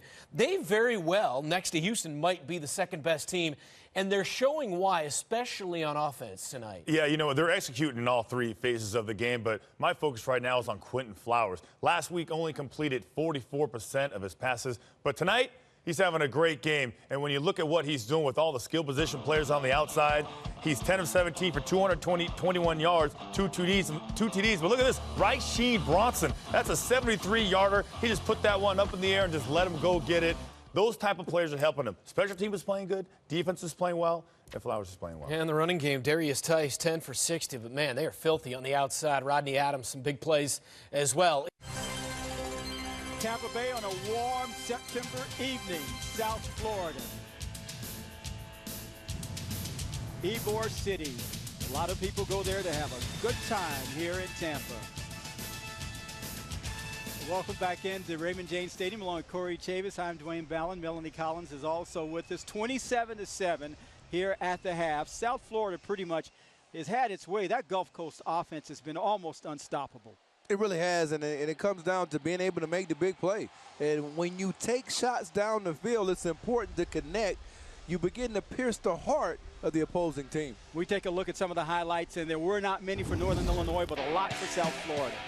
But we talked about piercing the heart. This started off, this is a post route. He throws down the field to a guy you talked about all night, Marquez Valdez-Scantling, and that sets up this fly sweep to Rodney Adams. And you can see that he's got balance, an excellent kickoff returner when he has the ball in his hand. Another deep shot, this time Rasheed Bronson down the right sideline, and he just runs away from Brooks. And this is another shot, this was off of a seam pass. They were faking something to the other side. On the other, for Northern Illinois, it's been a little bit of a conundrum trying to get something going, but this at the end of the first half had to give him some confidence, Dwayne. Our Gales Turner scoring there. Geico difference makers this evening. Quentin Flowers, he's had a big night. He has, and you know, he's done some stuff on the ground, but I think probably the best thing he's done is throw the deep ball. He's had some dirt passes as well, so it's been a little bit up and down. And then Rodney Adams, rushing, receiving touchdown again. Last time he did it was in their bowl game, but he's an electric player. Let's check in with Melanie. Thanks, Dwayne. I spoke with Coach Carey just a moment ago. He said the morale among the team was really good in the locker room at the half. I asked him what was working for him there at the end of the half. He said, we finally got the run game going. That's what we need to do. And I asked him what his message was, and he said it's real simple. One play at a time, guys. Thank you, Melanie. Rod Carey hopes that he figured out a few things in the locker room. His team was nearly overwhelmed by the offense of South Florida at the beginning of this game. And Willie Taggart had told you and I last night, Melanie, and our producer Bruce Clark, we met with him, that he wants to keep it coming and keep it coming hard. He thinks they can be scary good, and he just wants to keep it going full throttle all game. Our Gales Turner back to receive a kick from Nadelman, and the second half is underway. Turner fields the kick right at the goal line. Gets away from one tackler, breaks out of a foul, and gets across the 24-yard line, where Northern Illinois' offensive unit will take over. Turner will probably stay on the field because he's been very effective. Drew Hare coming out to lead his teammates. They face a 20-point deficit as we begin this third quarter. And Coach Chavis, what do you dial up here on this first drive? What are the objectives? Well, I think you want to get the guy you just talked about, Turner. Now he's aligned in the slot. You want to get him involved early on the possession pass. The start on the ground. Jordan Huff, right side. Met quickly by Augie Sanchez and Kevin Bronson. 3-yard pickup. Look at the first half drives for Northern Illinois. Not a lot of success there. Northern Illinois going tempo. This is Jordan Huff. Gets a first down. But for a good while, they hadn't penetrated past the 47-yard line of South Florida in this game. Well, they had in that first drive with the 10 plays. that was actually the drive that had to be the most disappointing because they didn't come out of there with any points. Huff 16-yard run sets up a first down. Huff again breaks out and is corralled and dropped by Kevin Bronson. Loss of 1. Bronson having a pretty good night. Yeah, him and Bronson along with Mike Love, two guys that you've been calling the names up quite a bit. Now, he almost lost the ball there. Is his knee down, Corey? His elbow, his right elbow. His elbow is down.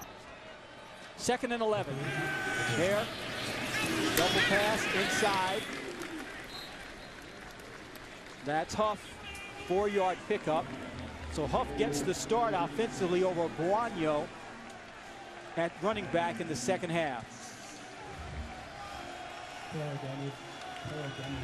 3rd and 7. Ball at the 46-yard line for Northern Illinois. Argales Turner is in motion. Hare trying to connect with Christian Blake. Defensively, Ronnie Hoggins was there, a sophomore from Coconut Creek, Florida, saying not tonight. So that brings on the punting unit and Jake Ambrose, who's seen a lot of activity this evening. Taji Fullwood will be back to receive the punt.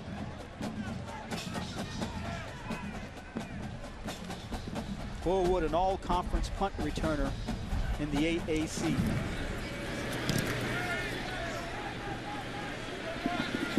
Calls for a fair catch at the 11-yard line, and that's where the Bulls offensive unit will take over. Well, defensively, South Florida did what it wanted to do. It stopped Northern Illinois from getting any momentum on that opening drive. So I imagine we expect to see the Bulls, Corey, just come out and go hard.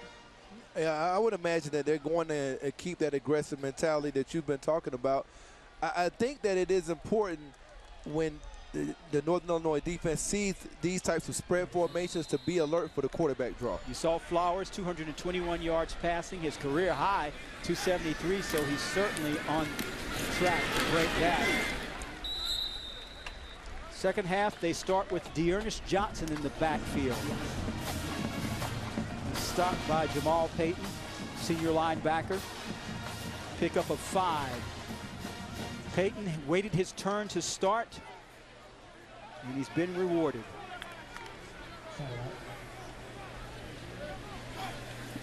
Second and 5. It's Flowers. The pitch to Adams, who had trouble but is still on his feet.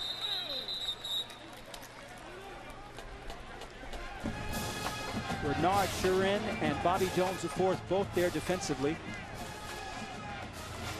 That's a little triple option. USF pulling out all the stops with the variety of plays. I mean, they've run a lot of formations, a number of different types of plays, and that was a good stop by Michael Allen. See Willie Taggart in his 4th year, 15 and 23 so far. That is the 3rd or 4th time we have seen him do that. And that time they brought some pressure.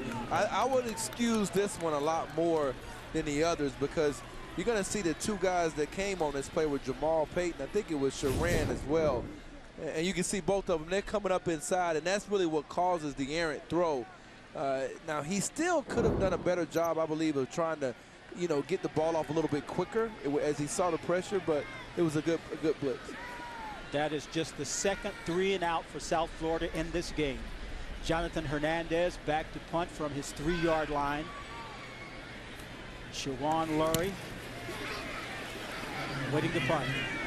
Waves it off. He's not going to field it. Takes a mild South Florida bounce. It'll be at the 32-yard line. And that's where Drew Hare and the Northern Illinois offensive unit will take over. You're watching college football on CBS Sports Network, presented by Geico. College football on CBS Sports Network is sponsored by Verizon. Join a better network because better matters. By Go RVing. Find your away. Go RVing.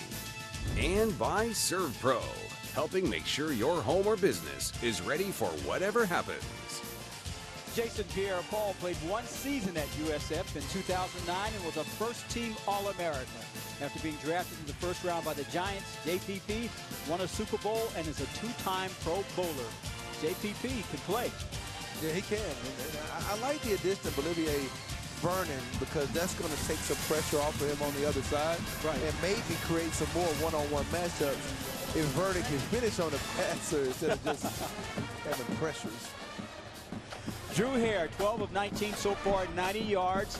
He and his Northern Illinois Husky teammates facing a 27-7 deficit. 11:55 remaining here in the third quarter in Tampa. You're watching college football on CBS Sports Network, presented by Geico. With Corey Chavis, Melanie Collins, our entire crew, I'm Dwayne Ballin, and so far the Gulf Coast offense of South Florida has put on a show, and Northern Illinois' offense, with the exception of the end of the first half, has been almost non-existent, Corey. It really has.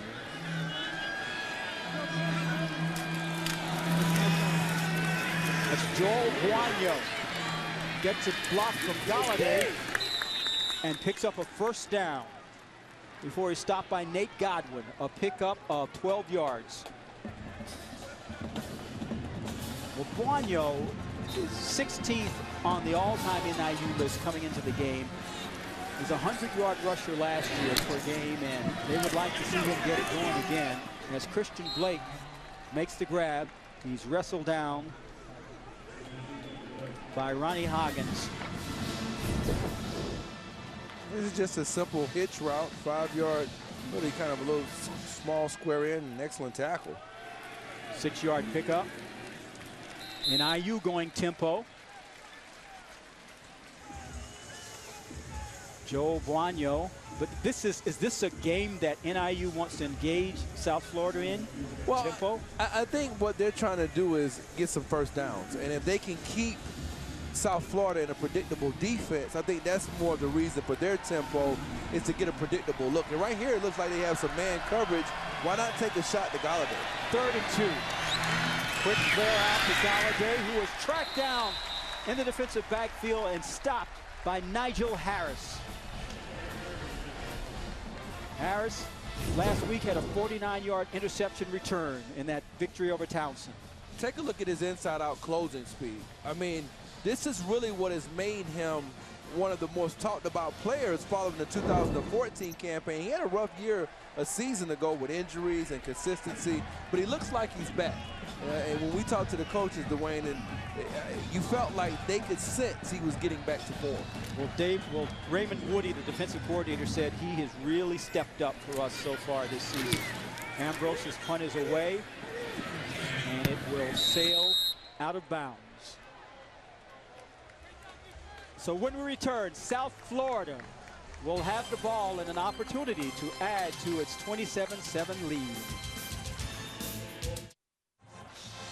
10:01 remaining in the third quarter, 27-7 USF over Northern Illinois. Let's take a look at the Go RVing road trip facts. We take a look at USF's recruiting in Florida. 96 players on the roster from the state of Florida, including 49 players from the Bay Area, only 11 on the roster from outside of the Sunshine State. Average mileage that USF players travel for home to go to college, 128 miles. The FBS average, 446 miles. It's nice, Corey, when you've got an embarrassment of riches right in your own backyard. Yeah, and these facilities, I mean, there are a lot of positives, particularly the fact that your parents can come watch you play. South Florida with the ball, leading 27-7, 1st and 10, and it's on 21-yard line. Adams in motion. That's Dearness Johnson, still on his feet, finally knocked down by Bobby Jones IV.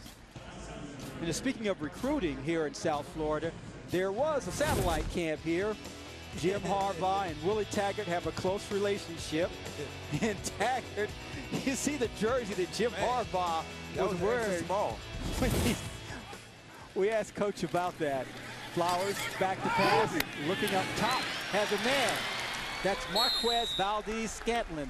The first time we really called his name on a big pass play, that's a first down. But back to the satellite camps, Taggart said he thought it was great, and Harbaugh came down and he was really working, and the only question we had was about the jersey and the size of it that Jim Harbaugh was wearing. Flowers again back to pass. Has a man open in the flats. Got it. That's Rasheed Bronson, who already has a big touchdown from the first half.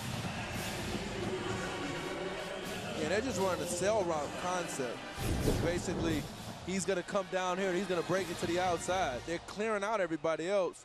And when you see that throw, it's a little bit behind, but just on target enough. 29-yard pickup. Flowers back to the air again. If he can get away, throws across his body, but was Bronson inbounds. Officials.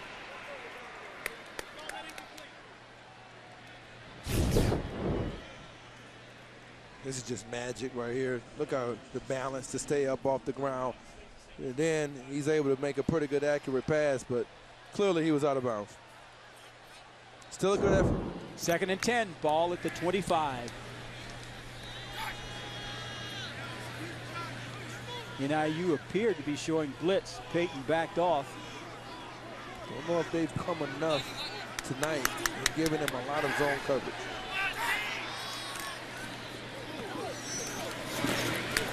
Flowers is on number, left side. Bernard Shurin, one of the defenders there to get to him, along with William Lee. That was just really an inside power with the quarterback serving as the running back. And you don't have somebody accounting for him when he becomes a runner. 3-yard pickup sets up 3rd and 7 at NIU's 22. That's Dearness Johnson in motion. Flowers again, left side, and Boone has the first down before he's tripped up by Brandon Mays. And the Bulls continue to move the ball with efficiency. A 9-yard pickup. It's a lot of beef on the left side of that line. Jeremy Hall and Kofi Amici are doing a good job blocking up front. Flowers this time setting back to throw. It's Dearness Johnson with the reception and leaps in for 6 more.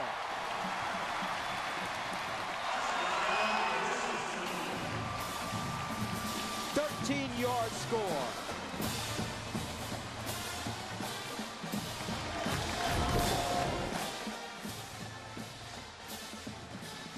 So much misdirection and a lot to contend with.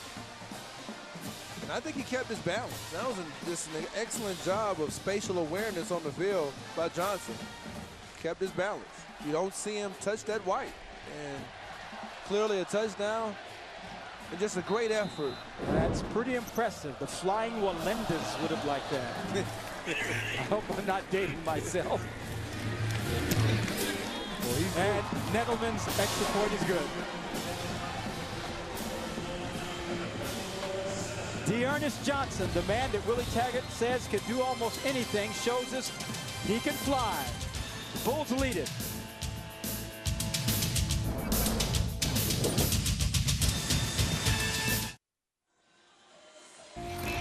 Let's check in on our Chick-fil-A fan cam to see the fans' reaction here in Tampa. They are very happy, fired up, ready to go.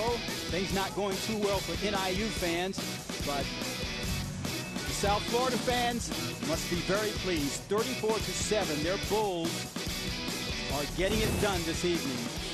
Dearness Johnson with that acrobatic catch and dive into the end zone. And Quentin Flowers is getting closer and closer. And he is there, career high, 280 yards passing, 13 of 22, 3 touchdowns. Corey, he hasn't made some of the mistakes he made last week against Townsend. Yeah, he hasn't in terms of the one interception where, you know, he mistimed a little bit the seam throw and kind of took the defensive back into the football. But when you look at him even tonight, if he can just clean up some of those errant passes, you're talking about 17 or 18 of 22. So even with this impressive a performance as we've seen from Flowers, there's even more room for improvement, which is scary for upcoming opponents. Well, Willie Taggart told us last night when we were chatting with him that this team, he feels, can be scary good when everyone gets it all down and hitting on all cylinders. Nadelman's kickoff is away. Gale Turner will field it at the 5, and it's out of bounds. Let's check in with Brent Stover in New York. Arkansas and 15th ranked TCU. Austin Allen, 13 yards to Drew Morgan. Third quarter, the Hogs lead 20-7, guys. Tough start to the year for TCU. Thanks, Brent. Well, TCU, why should they be any different from any other highly ranked team? Have a tough game, right? Yeah, and you heard that name, Drew Morgan, from Brent. And Drew Morgan is, when Arkansas really is in a pinch at the receiver position, he's the guy they go to on third downs and in most clutch situations. Here, NIU has a tall task starting deep in their own territory. And that's a safety.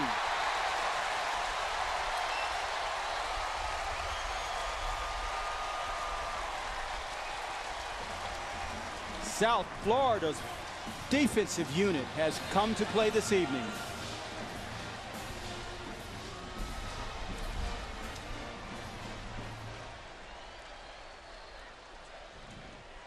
Deidrin Sinnott, the 6'1", 305-pound junior, is the one that recorded the safety. And Drew Hare is still down on the ground, and they're not calling it a safety. But here is the thing. Drew Hare injured his Achilles last year and missed most of the season. And this was a totally different team without him. And one of the things that had Rod Carey so optimistic about this coming year was the return of this young man to the field. And you can see the concern on their faces. And Sinnott is just a powerful human being. Now, he bench presses 500 pounds. And once he wraps you up, look at the weight fall on that left ankle. That is the last thing that Huskies fans wanted to see. Their leader, Drew Hare, injured again. We'll have more when we return. Northern Illinois fans do not want to see this. Drew Hare still being tended to. You see in the background there the cart. The 6'1" senior means so much to them. The numbers with him last year, Corey, with and without. And he makes a big difference for them. He is their leader.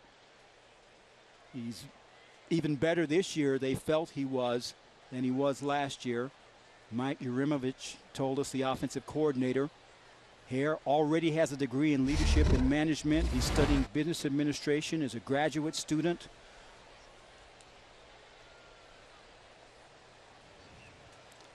And last year against Toledo, this was the injury that knocked him out for the balance of the season on November 3rd. And their season dramatically changed when this happened. They ended up at some point in the season going with a third and fourth string quarterback, Corey. It's unfortunate because of just the gruesomeness a little bit of this injury and just what he went through with the non-contact injury before. So he's such a player that the team rallied around, and you could tell that just what he was doing at the line of scrimmage this year, how much they had bought into his development and how much more of an onus they were going to give him in terms of responsibility. And next man up is going to be Ryan Graham, number 17, the 6'1", 210 sophomore from Wheaton, Illinois. Graham, interestingly enough, the coaches told us that when Hare was out and he could not do anything physically, they assigned him the task of coaching Graham when he was out. And they felt that Hare got much better as not only as a player, but helping Graham get comfortable. And Rod Carey told us, frankly, we're comfortable with Graham as quarterback. Now, this is not the way they wanted him to enter a game. Oh, no doubt. And the crowd here gives him an ovation. But you certainly have to feel for this senior who has worked so hard to get back on the field for Northern Illinois. Drew Hare from O'Fallon, Missouri.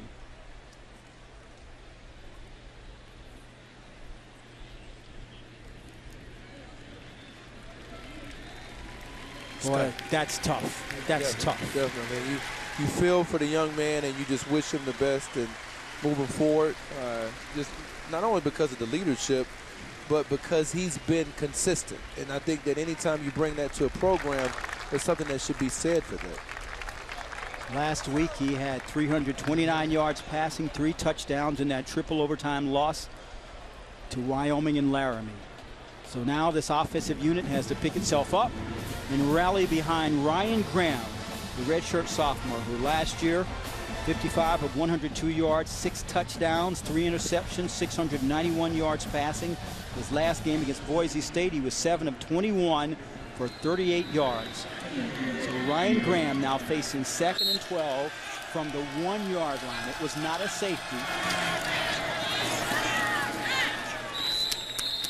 Let's check in with Melanie. Thanks, Dwayne. Well, I stood and watched Drew Hare on that injury. It's his lower left leg, looked like an ankle. They put him in an air splint. He was visibly in a lot of pain. He had to be carried onto the cart, and he has left the field. His return is definitely doubtful, guys. Thanks, Melanie. 3rd and 12. Ryan Graham back in his own end zone. Here comes pressure. He gets it away. Looking for Galladay. Ronnie Hoggins is a player we haven't talked a lot about tonight, but in his one-on-one matchups with Galladay, he's won most, and he's let him know about it. He's a competitive, very feisty player. Dietrich Nichols gets a lot of attention on the other side, but Hoggins is a player who's impressed his staff from the beginning. Hoggins, sophomore from Coconut Creek. Ambrose, his 8th punt of the evening. Taji Fullwood waiting just inside the 40-yard line. Fullwood gets it low. Fullwood picks it up. Still on his feet, but finally goes down. Let's check in with Brent in New York. Dwayne, the battle at Bristol, 14 unanswered for Tennessee. Now Josh Dobbs hooks up with Josh Malone, 38 yards. Va Tech and Tennessee, second quarter all square at 14, guys.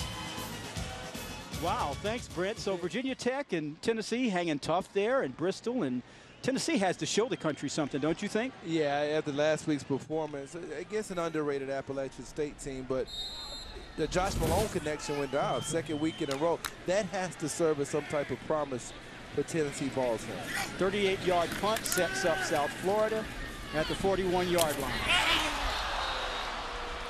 Rodney Adams just could not hold on. Unfortunately, Bulls fans have seen that before. So what would you think about playing a game in a NASCAR stadium? I would love it. I think it's just tremendous. And they tried to get the game played about 20 years back, and they're finally getting it going now. You could put the whole Neyland Stadium inside of there. Right. So that's saying quite a bit for the atmosphere, I would imagine. 2nd and 10 for South Florida. Here's a quick pitch to Adams. Finds a hole left side into the secondary. Another first down for the Bulls. Jamal Payton chased him and brought him down. And this is all about the blocking again on the outside by number 85, Elkanah Dillon. And you can see he kicks him out, and that's what opens it up for Adams. 19-yard pickup sets up another first down. Flowers to throw. Looking up top. Just overthrows his tight end, Elkanah Dillon. He's trying to give him a little get back for getting the block. They're trying to show him some love with the wheel right up the sidelines. And Dillon is a very interesting player. He's the one player that a lot of people don't talk about, but man, he's done a really good job, I believe, of developing as a blocker. He's already shown he can catch the ball. You see Rodney Adams appearing to be cramping up and stretched out a bit. Flowers. Quick pass to Valdez Scantling, and he will get close to a first down. We noted earlier, Valdez Scantling is a transfer from North Carolina State. And they said he'd been absolutely amazing on the scout team, and they couldn't wait to get him on the field this season. That's Tice carrying the ball and carrying a couple of defenders with him. William Lee stopping him after a pickup of a couple. Looks like William Atterbury, number 78, he's kind of settled in at the right tackle spot. They had him playing a little bit at left tackle last week. He's only a freshman, replacing Marcus Norman, another redshirt freshman, and he's played well tonight. Adams still being worked on the sideline. Flowers, quick pitch. That's Valdez Scantling again. 6'5", 207-pound junior from St. Petersburg, Lakewood. He and Adams are actually high school teammates. Yeah. Pickup of 2.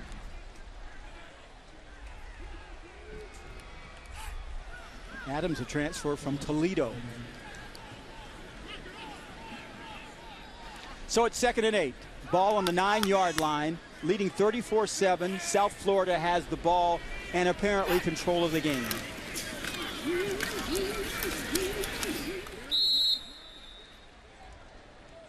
Melanie, we just mentioned that Adams and Valdez-Scantlin were teammates. They were more than just that in high school, weren't they? Yeah, Dwayne, they go way back. They were track teammates in high school. They were both dominant on the track and field team. They won the 400-meter relay and helped Lakewood win the state track and field championship, so no shortage of speed in this wide receiving corps. Yeah, Melanie, that's what Coach Taggart told us. These guys are tall and they can run really fast, and that should scare a lot of defenders. 3rd and 5. Flowers rolling, throwing across his body again. Touchdown! 7 more. Chris Barr with the reception. 6-yard touchdown, and Flowers is spreading the wealth tonight, Corey. This has to feel good because Chris Barr is a player that has had some problems with drops here in the past. And one of the things that Coach Taggart talked about was that Quentin Flowers has been very encouraging to players who've had issues with drops, including Rodney Adams. Emilio Nettleman on for the extra point. It is good. 41-7, South Florida over Northern Illinois. 6 straight games with 35 points or more. That's the longest streak in school history. And what did they tell us last night when we met with him, Corey? I heard 50. At least 40 points, though. But TJ Weiss, the passing game coordinator, told us 40, and I think we encouraged him. And he said, well, maybe 50. Right. No, you're right. It was only 40, but 500 yards, another goal that was thrown out. I mean, this is a team that believes it's only going to get better on the offensive end. And bringing in Weiss from Michigan, I think that was a big coup for this staff. We're getting to the point, partner, where now when we look at it, it's 41-7. Granted, we're still in the 3rd quarter, but at one point does Coach Taggart think, let's set Flowers down for a bit, because they go up to Syracuse next. Right. And they do have Florida State coming here on the 24th. Yeah, and I think with Brett Keene, and as a player who threw 2 touchdown passes a week ago, it doesn't matter when you bring him in because the level of play, I actually like his release point even better than Flowers, doesn't fall off at all. And we heard that from the coaches. Yeah, Coach Weiss, the passing game coordinator, told us last night that he thought that Keene would start for a lot of teams in the AAC. And you can see it sometimes when he's back and how fluid he is. Well, Ryan Graham will bring out NIU's offense as Chris Barr gets congratulations. Haven't happened that often for him, so he's soaking it all in. It really is a big deal for him to score because it adds another weapon, because he's an electric player with a lot of change of direction. He's one of those players that tried to get involved early in the season last year against Florida State, against SMU. He made a wild catch, but he dropped the touchdown. Having him now score, that gives you 4 receivers to go along with 2 tight ends. A lot of weapons. So as we noted, Drew Hare was taken away with an apparent injury. Ryan Graham now in the game at quarterback. Finds a receiver wide open. That's Kenny Galladay. Melody. Well, Dwayne, Rodney Adams was dealing with a left calf cramp. It's 91 degrees down here. It's so humid, so they're trying to get some fluids in him. He just popped up after Marlon Mack came over and cracked a joke at him, but surprising that more guys aren't having the same problem in this heat. You're right, Melody. It's very humid in this South Florida evening. Graham calling his own number left side. Pick up a couple. Corey, you know, to the layperson watching on television, when they hear you have a cramp, they wonder, why, I had a cramp? Why can't you just get up? You're a conditioned football player. I think the difference is 20 pounds of equipment. I think a lot of people forget that that amount of equipment causes even more sweat than the normal person would even having a cramp. So this is how you avoid the cramps. So you stave them off by getting on the bicycle. 2nd and 9, ball at the 37-yard line for Northern Illinois. Joel Buono leaks over one defender, picks up a couple. You know, Buono's had a pretty good game. He really has. I mean, we talked about it earlier. Here, they're pulling around, and a little bit of misdirection behind Lincoln Howard. And look at him just jump over Nichols. You want to go for my legs? I can leap as well. 6-yard pickup by the senior. Buono once again. Not as much that time. 2-yard pickup. And I go right back to it. It's 4th and short. I know if you're going to go for it, no reason to do anything different. The last 2 runs have been successful. And we saw them get away from it earlier, go to another play, and then they end up having to turn the ball over. And here we go again with the punt. Rod Carey has elected to punt it away. We'll put the ball back in the hands of that potent South Florida offense. Bullwood back at his 20-yard line. Jake Ambrose on for his 8th punt.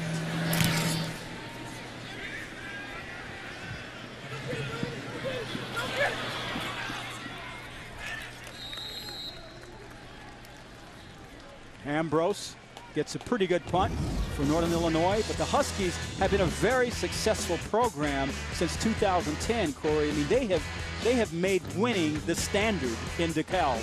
Yeah, in 2013, they beat Iowa 30-27. They beat Purdue 55-24. He was the MAC Coach of the Year back in 2012 and 13. And that was after they had gone to the Orange Bowl and lost to Florida State the year before. So, I mean, you think about after those 2 seasons, you come back with 11-3 season in 2014. There's a lot of pride and a lot of success, like what you're seeing in that graphic, but this team knows how to win. Here's punter Jake Ambrose with a 47-yard punt. South Florida takes over at the 8-yard line, 1st and 10. Right side, keeping it on the ground.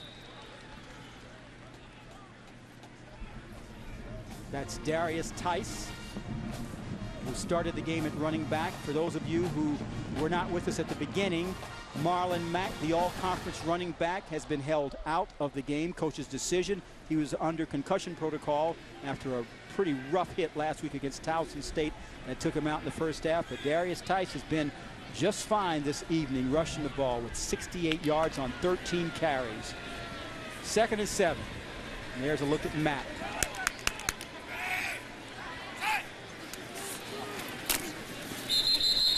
Whistles, flags. Let's hold everything. Tice is upset because he thinks he made it. False start, offense, number 1. 5-yard penalty, 2nd down. Well, that's our buddy, Chris Barr, who just had the big touchdown. And you can see him right there. That didn't take much to locate for the referees. And I tell you what, they'll have a little argument between him and Tice in the film room because you just cost me. That was a great block up front by Cameron Ruff. It looked like he was maybe off to the races. You might as well score one for Barr for the Northern Illinois defense. That was the first penalty of this half for either team. 2nd and 12 for South Florida at its own 6-yard line. 1:22 remaining in the 3rd. Flowers calls his own number.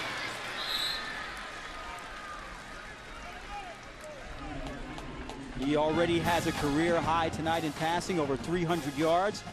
8-yard pickup. He's one of those quarterbacks who can really hurt you on the ground also. He wanted a face mask here, didn't he? Like Sutton Smith came in and grabbed him right around the face mask, but he got away. This time a flag comes in as Flowers keeps it. That might be on Joe Sanders, number 9. It's Tom Stapleton, the head of our officiating crew. Personal foul, face mask, defense, number 6. 15 yards from the end of the run, 1st down. That's Bobby Jones, the 4th. Things are going quite well for Willie Taggart's South Florida Bulls this evening.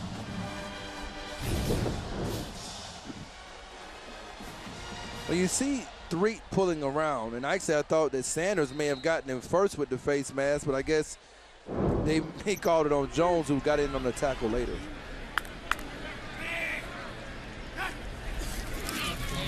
On 1st down, it's Barr, swing pass, He has another first down, is still on his feet before Michael Allen forces him out of bounds. You can kind of see what I'm talking about. He's got some wiggle now. There is a flag down around the 36-yard line. It's going to be a hold on South Florida. It's probably on McCants, number 8. He tackled one of the Northern Illinois defensive backs. Offense, number 8.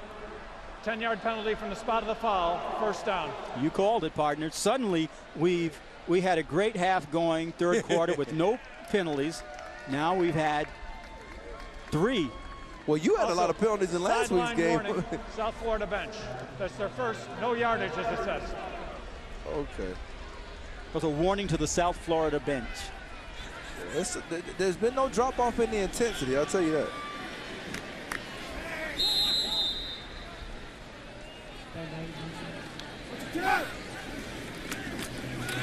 Flowers, time to throw. Hits a man wide open.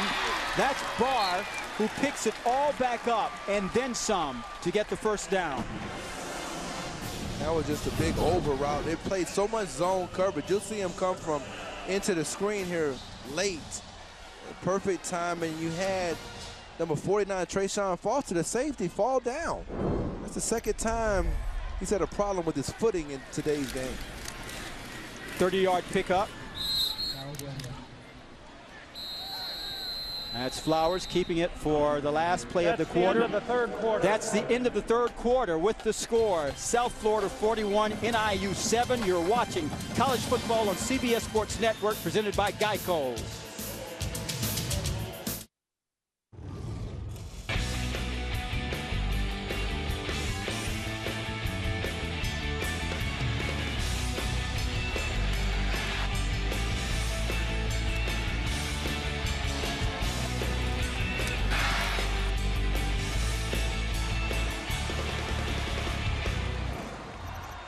It has been all South Florida here this evening in Tampa. Dominant performance by the Bulls so far.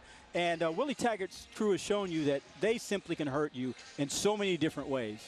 They can, and I think it's a combination of great defense. I think their offense has been explosive as advertised, and the special teams, a little bit underrated how well they played on special teams tonight as well. On the other side of the ball, you have to wonder if Drew Hare's injury is a defining moment that we will remember for this Northern Illinois season. That's a valid question, because you wonder, no matter how much success they've had with Ryan Graham in spots, can he consistently do it week to week? Northern Illinois with the ball as we commence this fourth quarter, 41-7. Check that. South Florida with the ball. Quentin Flowers already a career high tonight in passing, hands it off.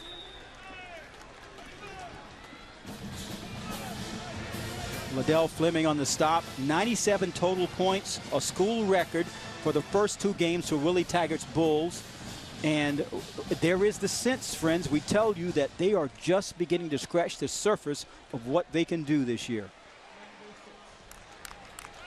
3rd and 3.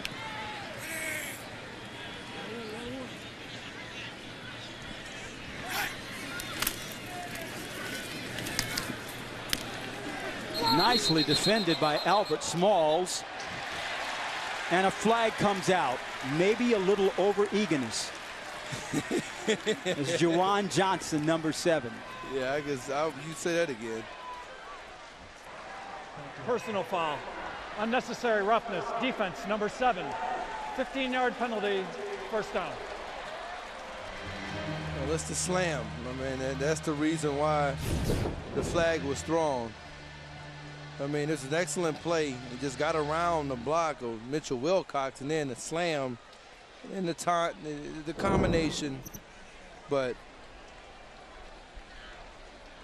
you actually need more of this from Northern Illinois. Not the flag, not the jubilation over the player you just tackled, but more energy on the defensive end and more explosive plays like that. Well, the net result is a 1st and 10 for South Florida, NIU 24. And they get more up the middle with Tice. But what I've noticed so far this season and watching Northern Illinois play, they don't have the player out there You see it on spots, like we just saw, but not consistent. 9-yard pickup. And what I mean by that, Dwayne, is Juwan Johnson, that play, an unfortunate foul. Saw Michael Allen last week make some of those energy plays, Liddell Fleming. You got to make energy plays to pick up the pace. First down. This is Rice into the end zone. Touchdown. One more for South Florida.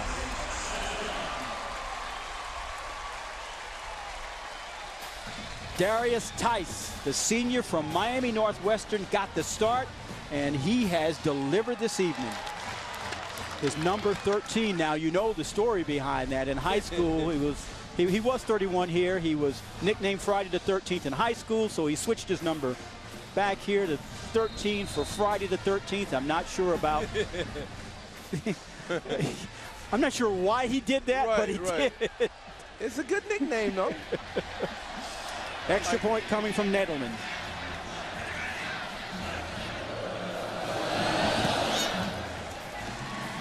(48-7), South Florida over Northern Illinois. And the wheels appear to be coming off for Rod Carey and his Huskies. Darius Tice does it on the ground. 11-yard run.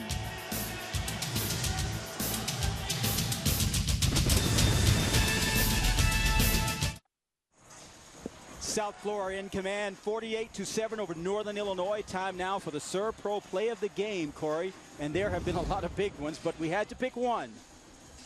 And Machine Bronson really just runs by Anthony Brooks. And the ball laid in the air, 52 yards perfectly. The second straight week, we've seen a 50-plus yard throw in the air on the money. Saw it last week from Flowers to Van-Der Scantling for a touchdown, and now we're seeing it here again. His ability to push the ball down the field to these speedy receivers is going to make people respect the outside lanes when you play South Florida. You got to be careful if you're going to go up and press these wide receivers. Well, it's like you said at the beginning of the telecast, partner. This is a fast break offense. It really is, and it's all about scoring quickly, getting the ball back and scoring again.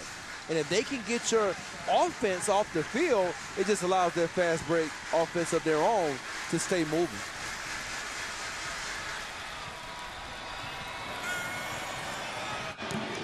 Nettleman's kickoff is fielded by Turner, and he takes a knee. Let's get to Brent Stover in New York. Update on a couple of games. Indeed, Josh Dobbs, the 5-yard touchdown run. 24 unanswered for Tennessee in the second. They lead Va-Tech 24-14 at halftime. And TCU gets Kenny Hill into the end zone. They now trail Arkansas 20-14 in the fourth quarter, guys. Thanks, Brent. So TCU is behind, trying to get back into it. And Tennessee has taken a little control over Virginia Tech. I think it had to be good for Tennessee coming off last week's game to have a big game. I think that's something that will get your emotions riled back up, easier to motivate your team. NIU from the 25, Graham, short pass out to Turner. Doesn't find much room to operate there. Now we're getting into the depth chart. That was Nate Ferguson. Nate Ferguson, one of those strikers in Raymond Woody's defensive unit. 2-yard pickup. The reason I mentioned him, though, I thought he had a pretty good game last week. Nearly had an interception, and he's been kind of fighting for more playing time.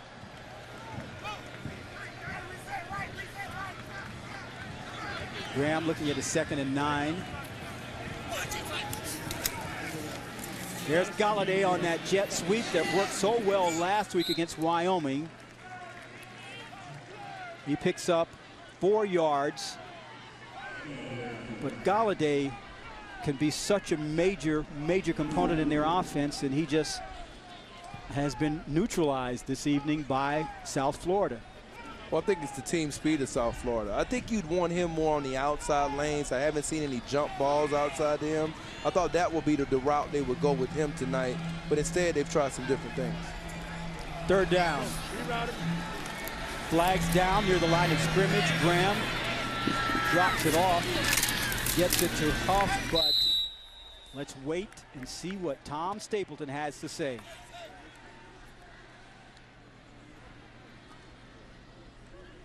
Looked like an offsides on number 55, Josh Black. Offside. Defense, number 55. Penalty is declined. Result of the play is a first down.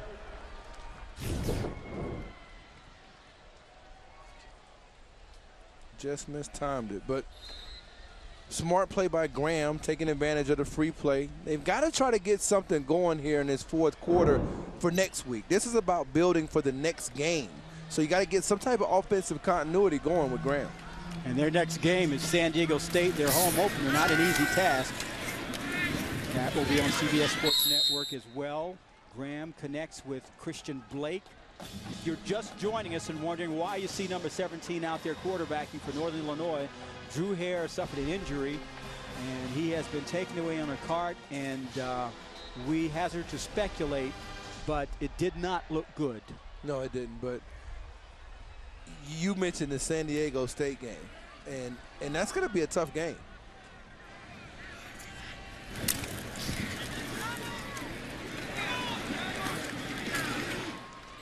Trying to keep it on the ground. Huff again. He and Buonio have traded off in the offensive backfield for Northern Illinois this evening. 2-yard pickup. Huff now has 37 yards rushing on 11 carries. And that's why it's important right here on this 3rd and 9. Where are you going to go? You're going to be in some of these situations next week against a tough Aztec defense.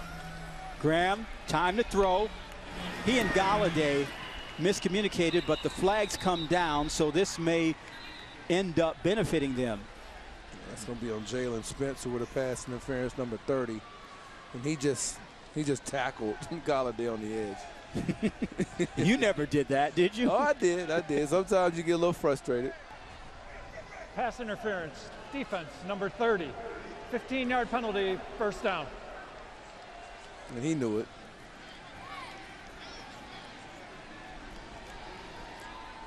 Boy, what a difference 7 days make. Last week, 226 all-purpose yards for Kenny Galladay. Tonight, just 48.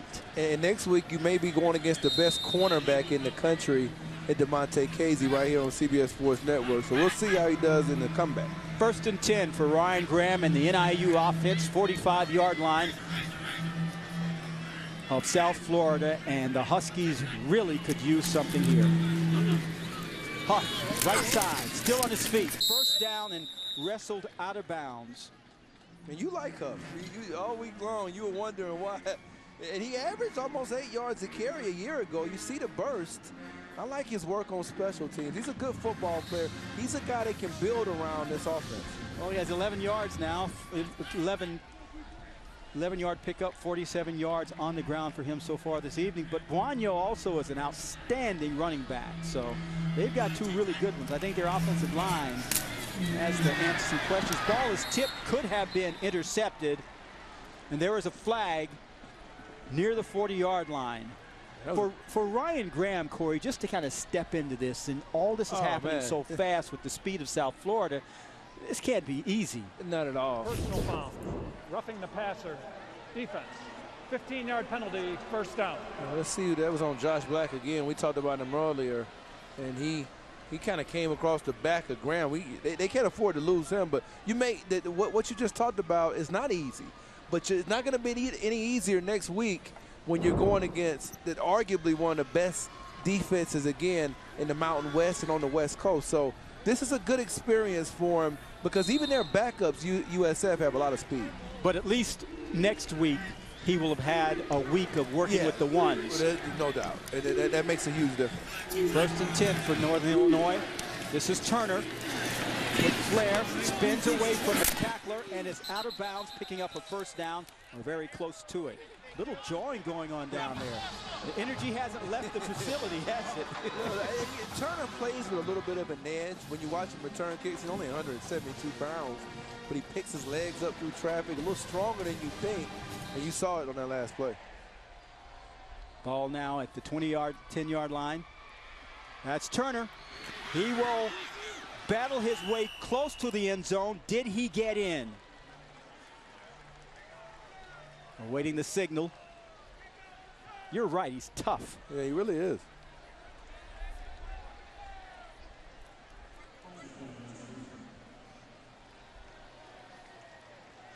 So it is ruled a touchdown.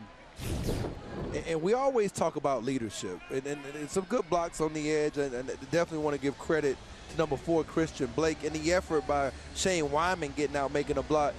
But when you want a team to have a personality, plays like that carry over into the next week's game, because when you watch the film, everybody knows the score was 48-7, and he's trying to run over people and get in the end zone. 11-yard score. Christian Hagan on for the extra point.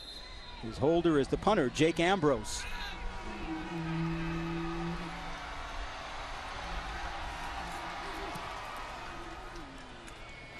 So the Northern Illinois Huskies get into double digits, courtesy Argales Turner. 11-yard score. Number 22, 48-14.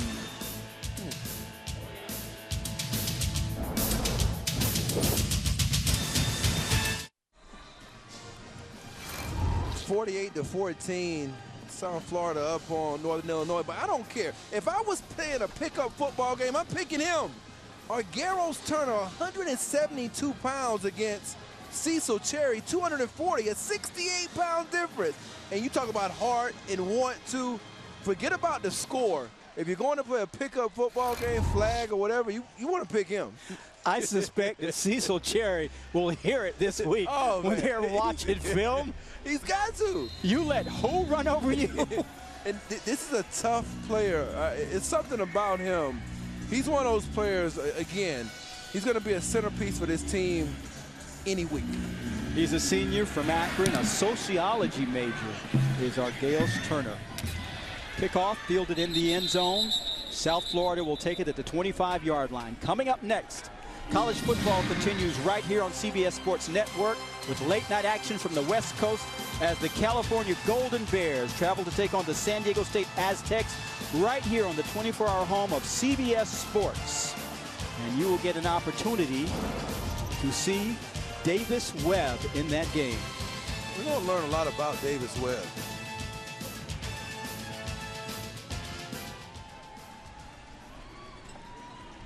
So we got a little stoppage here, Dwayne. Correction. Dead ball, unsportsmanlike. Receiving team, number 33. Half the distance to the goal from the touchback. First down. I know what you're about to say. First unsportsmanlike foul of the game. Now that's interesting because it's Cecil Cherry who was just bulldozed by little Argales Turner. Hey, so what was he trying to prove? I think the frustration, we saw it. And if we saw it up here, you got to be frustrated if you're on the other end of a tackle that you can't get done against a 170-pounder, no matter how tough he is. And it boiled over into that kickoff return. Well, Willie Taggart's trying to plead his case for Cherry, but to no avail. It's funny you mentioned that, though, because I guarantee you that that's happened to me before. Where you. And how long did you hear about it? Oh, I heard about it. I've heard about it a lot. And then, and then you know what? I went out and got a penalty shortly thereafter. So I know what Cherry's feeling right now, and it's tough. Total offensive yards dwarfed 572 to 267. Yards per play, 8.2, 4.0. South Florida just dominating Northern Illinois categorically and on the scoreboard. Bulls keep it on the ground as we approach the 10-minute mark in the fourth quarter. That is Darius Tice, who is approaching 100 yards rushing, 4-yard pickup. That should give him a new career high. Previous was 94. That should put him at 96.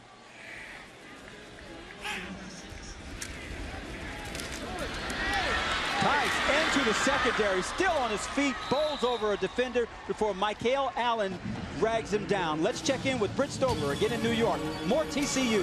Yeah, TCU. Look at this return on the punt by Kevontae Turpin. He's down, right? One of his knees has got to be down, but it's not. A 34-yard punt return for Turpin, who's over 200 all-purpose yards. And 2 plays later, touchdown run, Kyle Hicks. TCU in front by 1. Thanks, Brent. Well, TCU has finally climbed over the mountain in this one, Corey. Turpin can run, too. 14 straight wins at home, third longest streak in FBS for the Horned Frogs.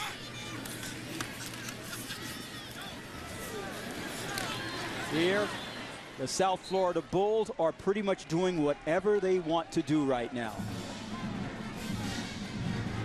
A lot of different players in the lineup, and this is a kid they had high hopes for a couple of years back, Jordan Reed. He got a lot of playing time last year in some spots, and now getting an opportunity to try to earn some more right here. To your point, though, a little surprise Flowers still in the game. 8:35 mark. He already has a career high in passing, and the game is well in control. This is a quarterback draw for me. Whoa. He throws it out of bounds. Was he throwing it to Sean King?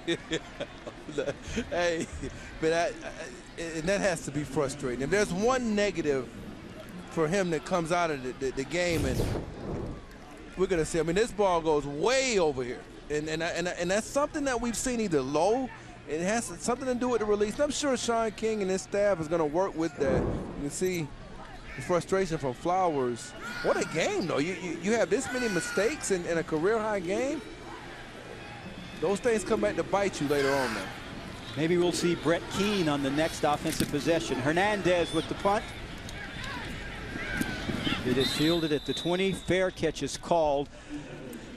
And that's where Ryan Graham in Northern Illinois will take over with a big mountain to climb.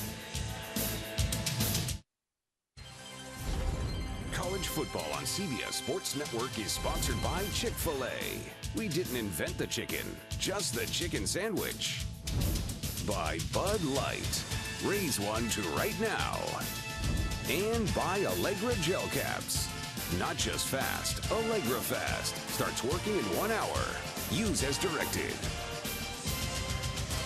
South Florida in command over Northern Illinois, 48-14 here in Tampa, along with Corey Chavis, Melanie Collins. I'm Dwayne Bell, and our entire CBS Sports crew here. And Willie Taggart, the captain for South Florida. Melanie has a very close relationship with Jim Harbaugh and his family, doesn't he?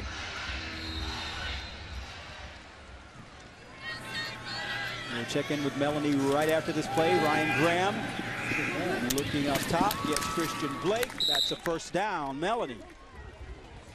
Thanks, Dwayne. Well, we talked with Coach Taggart a lot yesterday about his relationship with Harbaugh. You get the feeling these two are close, and there's so much respect there.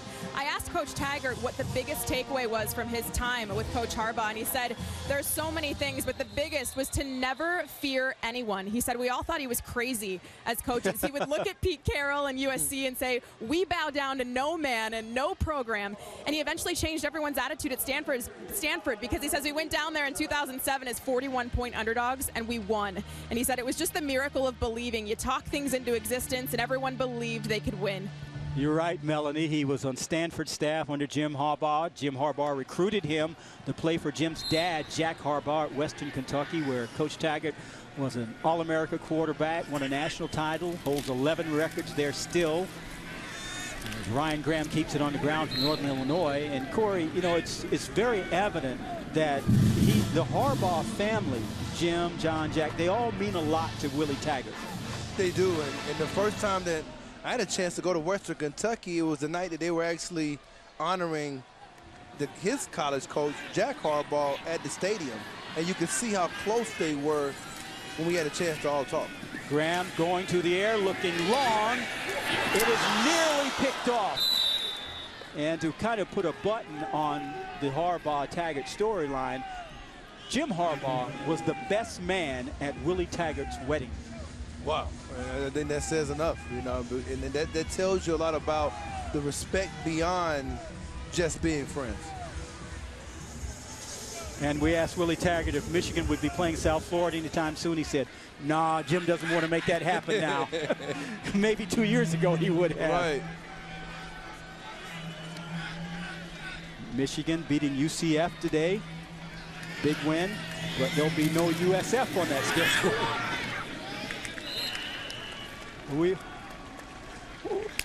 We talked about Taggart loved Harbaugh having the satellite camp here, but again, the jersey, Corey. I was hoping maybe he would have a Western Kentucky Willie Taggart jersey on. I mean, you got to go back to the Western Kentucky Hilltopper days when he was getting off. Coach Taggart said he was excited because the day before Harbaugh had on a Hank Aaron jersey, so he felt he was in great company. Northern Illinois now to punt it away.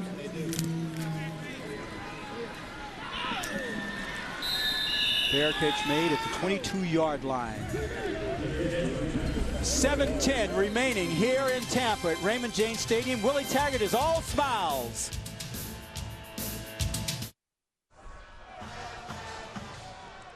(48-14). There's going to be a new quarterback for South Florida. Brent Keene, redshirt freshman from Lakewood, Ohio, threw 2 touchdown passes last week against Towson. And they are very high on his ability and what he can do.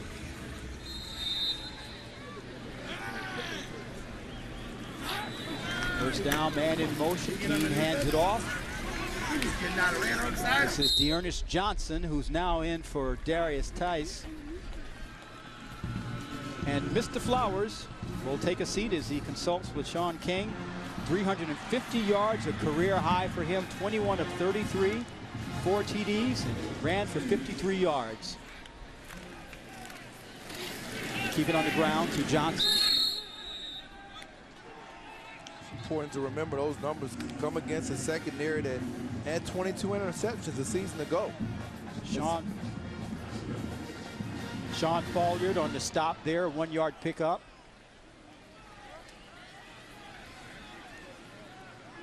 Third and 4 from their own 28. Bowles operating with control of the game. That's good enough for a first down. So Keene completes his first pass of this game to Johnson. So Corey, and you've got 6:07 remaining. So what is it Willie Taggart is looking to see Brent Keene do? Well, he just wants them to run the offense and do the same things. If you could tell, and we'll get into it after this play. Johnson basically goes nowhere. Good play by Johnson. But the thing he's trying to do is, if we have a replacement and you come in the game, will the offense run as efficiently? Now, you've got some backup offensive linemen in there. Michael Smith's in the game now. Marcus Norman has moved over to left tackle. So you're having some different pieces up front, but he still wants to execute the screen game and even some of the stuff in their run game. Keene finds Johnson to the 40-yard line. And that will set up a manageable third down. He's got a much tighter release. You can see that he's the ball gets out of his hand a little bit quicker than even Flowers. Keene to the air again. Incomplete pass. A little frustrated with himself. Brings out the punting unit.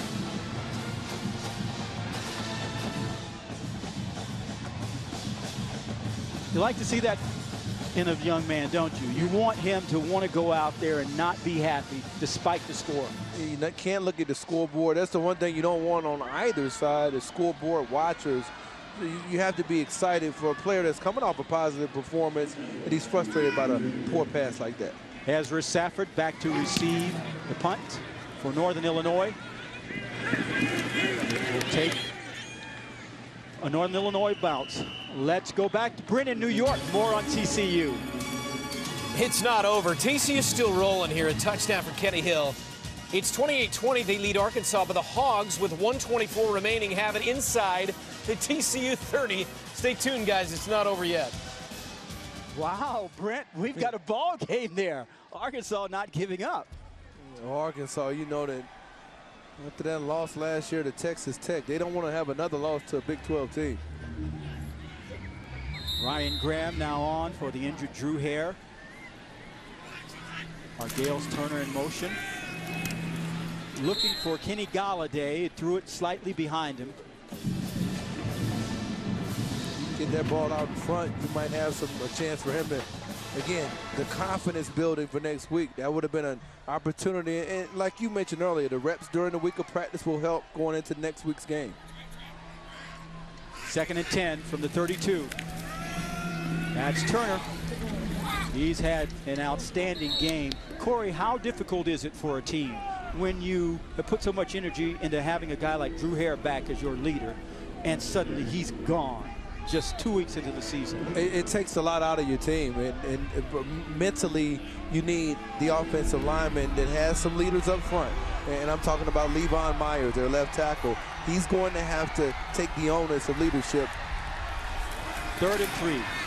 Graham throws it low.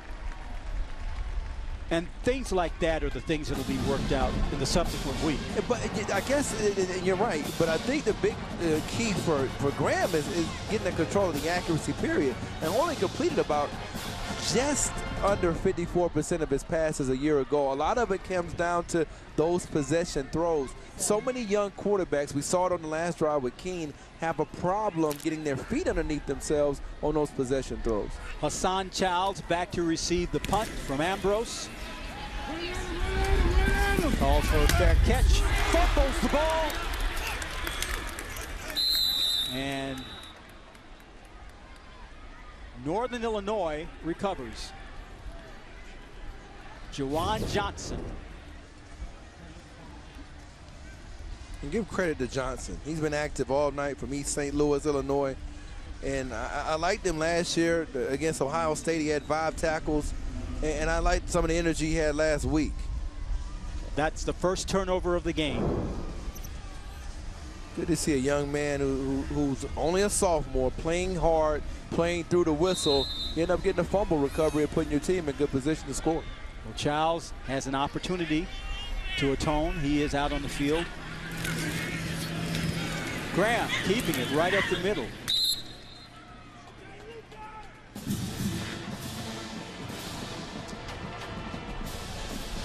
Daniel Ogwalege on the tackle. 3-yard pickup.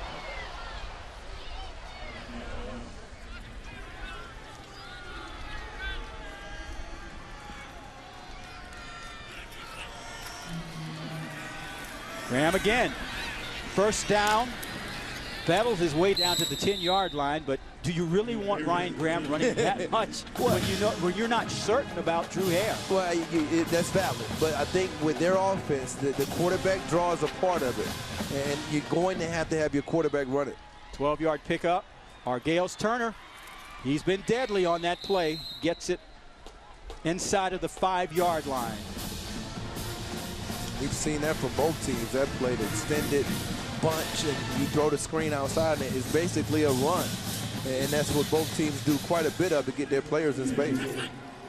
6-yard pickup.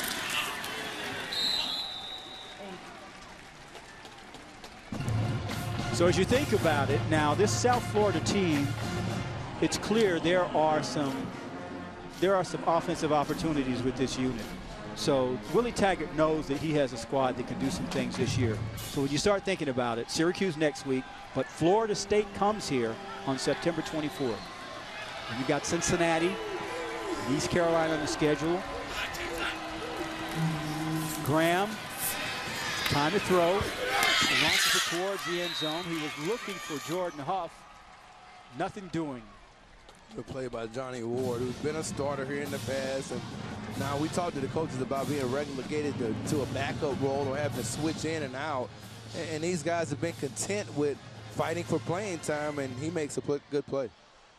Before that schedule, Corey, it's very interesting as Hagan comes on for a field goal attempt. 22 yards.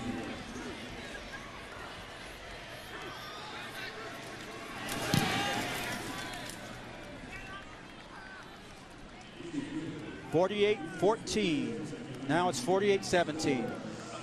For those of you tuning in for the California-San Diego State game, you will be able to find that online at cbssports.com/live as soon as it kicks off. And of course, we'll get you out there immediately after the conclusion of this game, which is not going well at all for Rod Carey.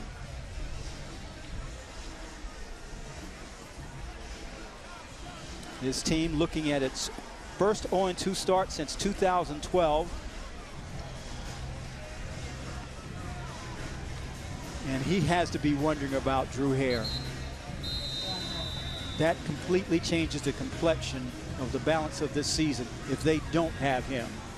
I think it does. I think you have to look at it from a perspective of he was a senior and what he brought to the table in terms of what you could do maybe offensively. A little bit different with Graham in the game. You're only going to be able to maybe run half of that. And this is what's facing the Huskies the rest of the season.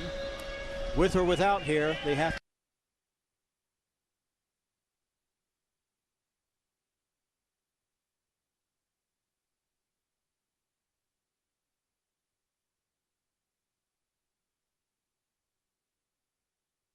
to play a schedule. It's Central Michigan. I think Western Michigan is another game. Certainly this game next week with San Diego State is one to keep an eye on. And as you get deeper into the schedule, Bowling Green is always a team that could present some problems. So there are some winnable games on that schedule, but in Toledo, I didn't mention Toledo, that's another team with Kareem Hunt that could be a problem. Here's a timeout on the field. As Rod Carey and Willie Taggart will consult with their respective teams. And for South Florida, it's, you know, this is what they wanted. It is. And the California at San Diego State game is underway and now available at cbssports.com/live. We'll get you out there as soon as this one is over. This is what South Florida has now after this 2-0 start. We mentioned Florida State and Syracuse, so they go double dipping into the ACC. And that road game against Syracuse will be interesting because Eric Dungy can throw the football. He proved that last night against Louisville and Lamar Jackson. But Florida State is if they can get by Syracuse and come into that game 3-0, a lot of Florida State fans are overlooking them and talking about this Louisville matchup. But you got to come right back and play USF. So interesting to see how that goes. And then down the road, I believe if they can get past these two games, well, I missed it, the Temple and Navy games, they'll be in good shape. Well, it'll be very interesting for South Florida. By the way, do you have Lamar Jackson at the top of your Heisman list already? Yes. Of Louisville? With a capital Y. It ended with a capital S. I mean, he's been Superman. We were watching it last night when we were ordering food. Every time we looked up, he scored another touchdown. School record 620 yards of total offense, and they add to it. Let's check back in with Brent Stover.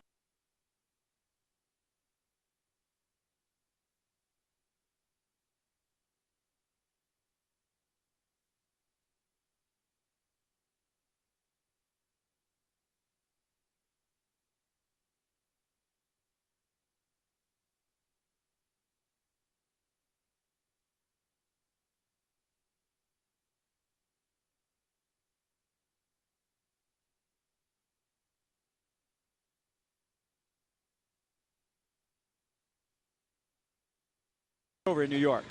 All right, Dwayne, it's underway. Cal goes on offense first as Davis Webb on the field overthrows. Rushing 120 yards and 19 carries.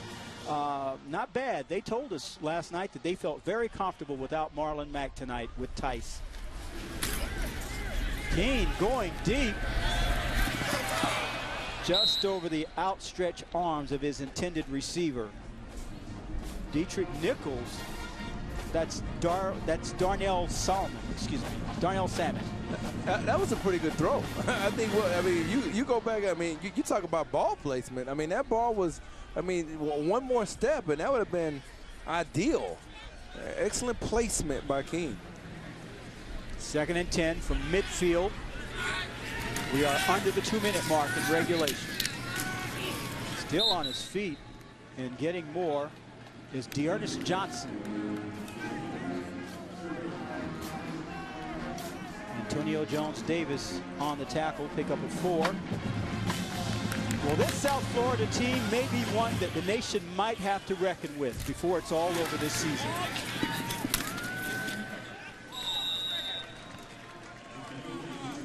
Pick up by Johnson for the first down on the reception.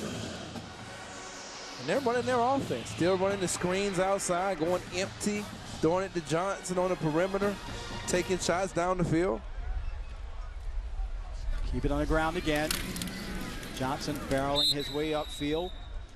The California-San Diego State game is underway and now available at cbssports.com/live. We will get you out there as soon as this one is over. 1 minute mark.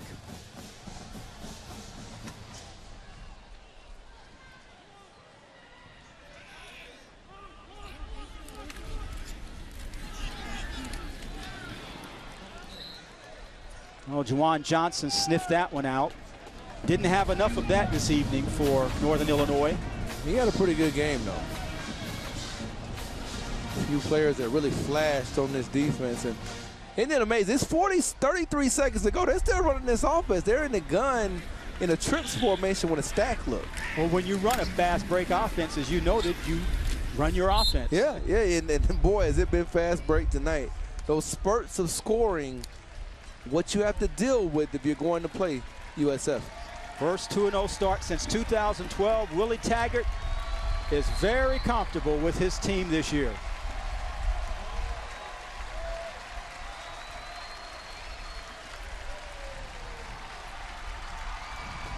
Once again, our final score is 48-17 Southern Florida. For Corey Chavis, Melanie Collins, and our entire CBS crew, I'm Dwayne Ballin. Let's send it to Carter Blackman and crew at San Diego State.